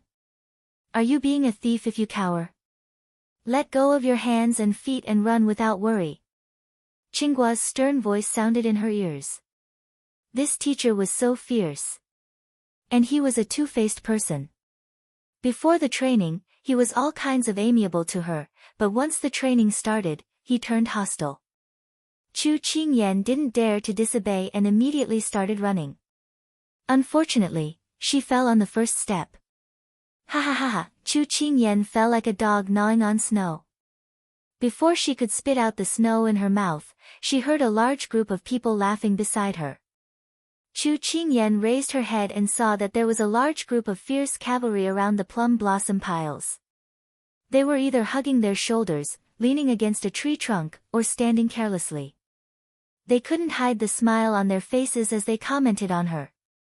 Chu Qingyan's face darkened. Were they all here to watch her make a fool of herself? Just as she stood up, a long whip flew over and hit her feet. Then she heard Qinggua's merciless reprimand, "You fell on the ground and can't get up. You're too bad. Go up and continue." Recently, the most she heard was nothing more than, "You lost. You're too bad. How can you be so stupid? You're hopeless. You can't do it." She was a proud daughter of heaven since she was young. Every time she studied and took an exam, she would get the teacher's praise, parents' gratification, and classmates' envy. But here, everything was shattered. Anyone could easily crush you.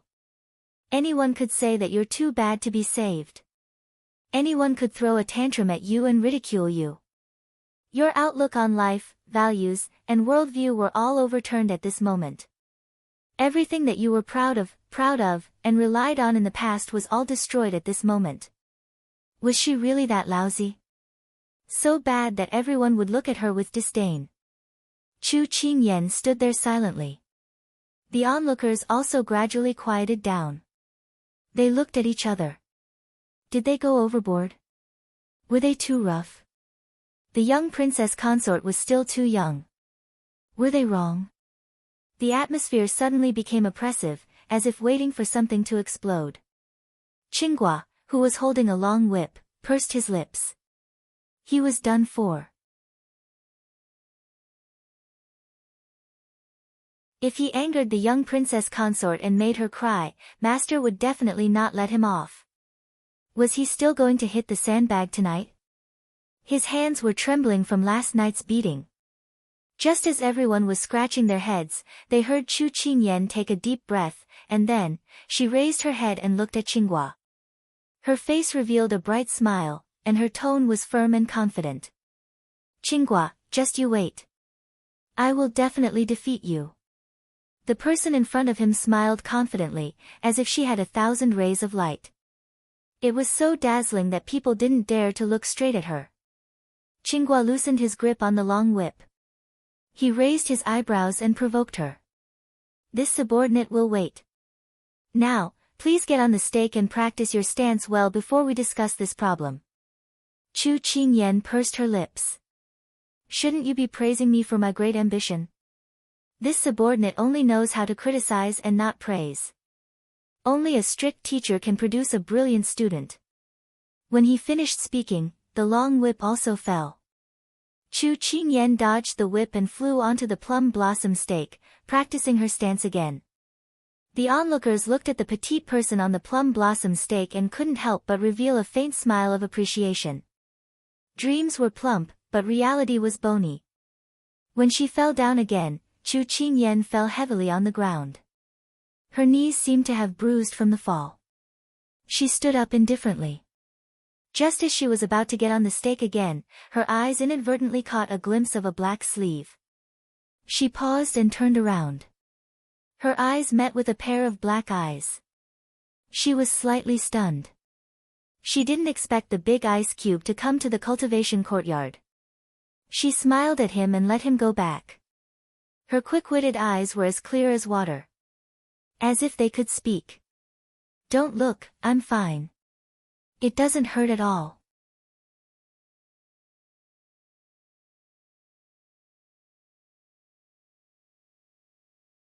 Chapter 5:12.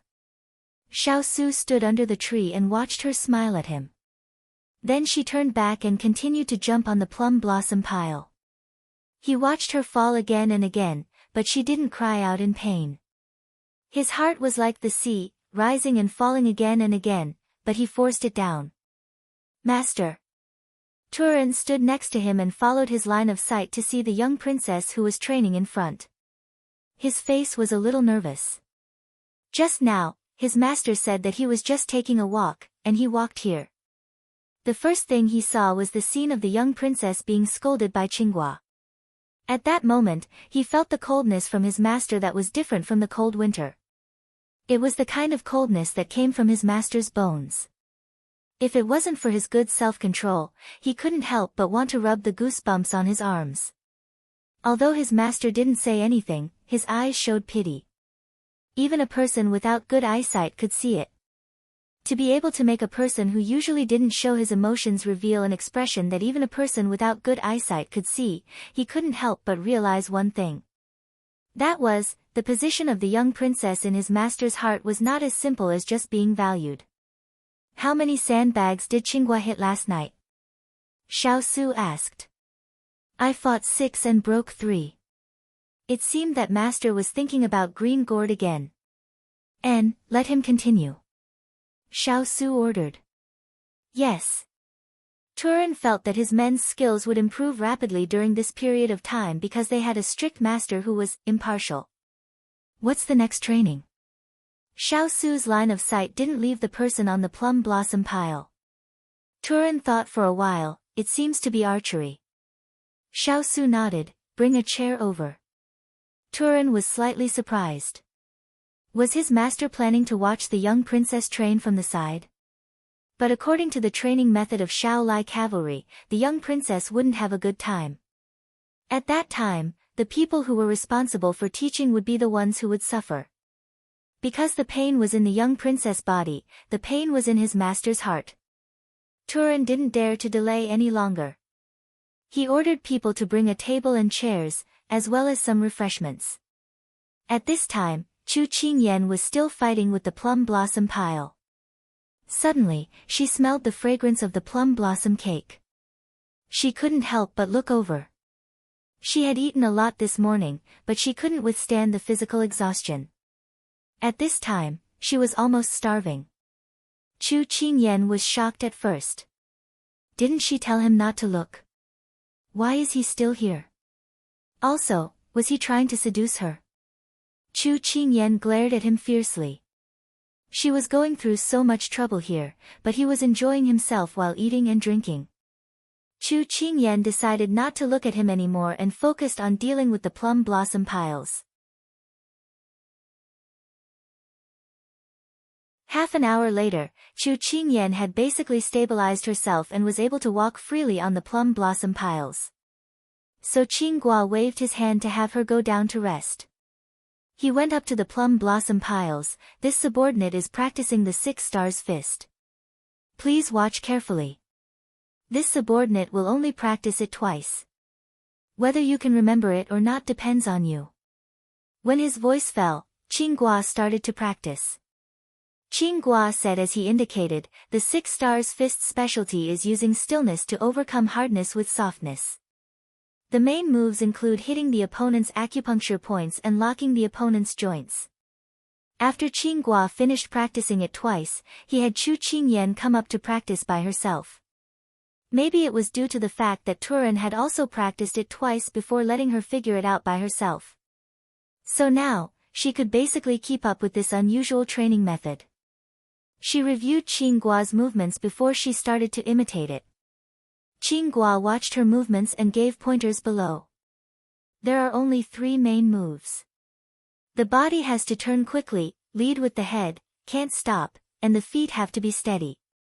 Use the belt as the arm, the forearm is nimble, and the rhythm has to be fast. The point of force is used on the back of the fist or the forearm. If she made a mistake once, she would be greeted with Qinggua's whip. Chu Qingyan could only concentrate and do her best. The morning passed just like that. She was barely able to complete a set of fist techniques from beginning to end. She collapsed on the chair next to Xiao Su, panting weakly. Xiao Su poured a glass of water and put it in front of her. His voice was cold and indifferent. Your performance is barely satisfactory. Obviously, she had tried her best to collapse, but instead of being comforted, she was criticized by him. Chu Qingyan's heart was filled with a ball of nameless fire. But when she turned her eyes and was about to get angry, she met his calm gaze. Chu Qingyan felt that her anger was suddenly extinguished. For Big Ice Cube to be able to become the all-powerful king, and for the valiant cavalry to be able to become the elites under his leadership, it was all because of his hard work, dedication, talent and diligence.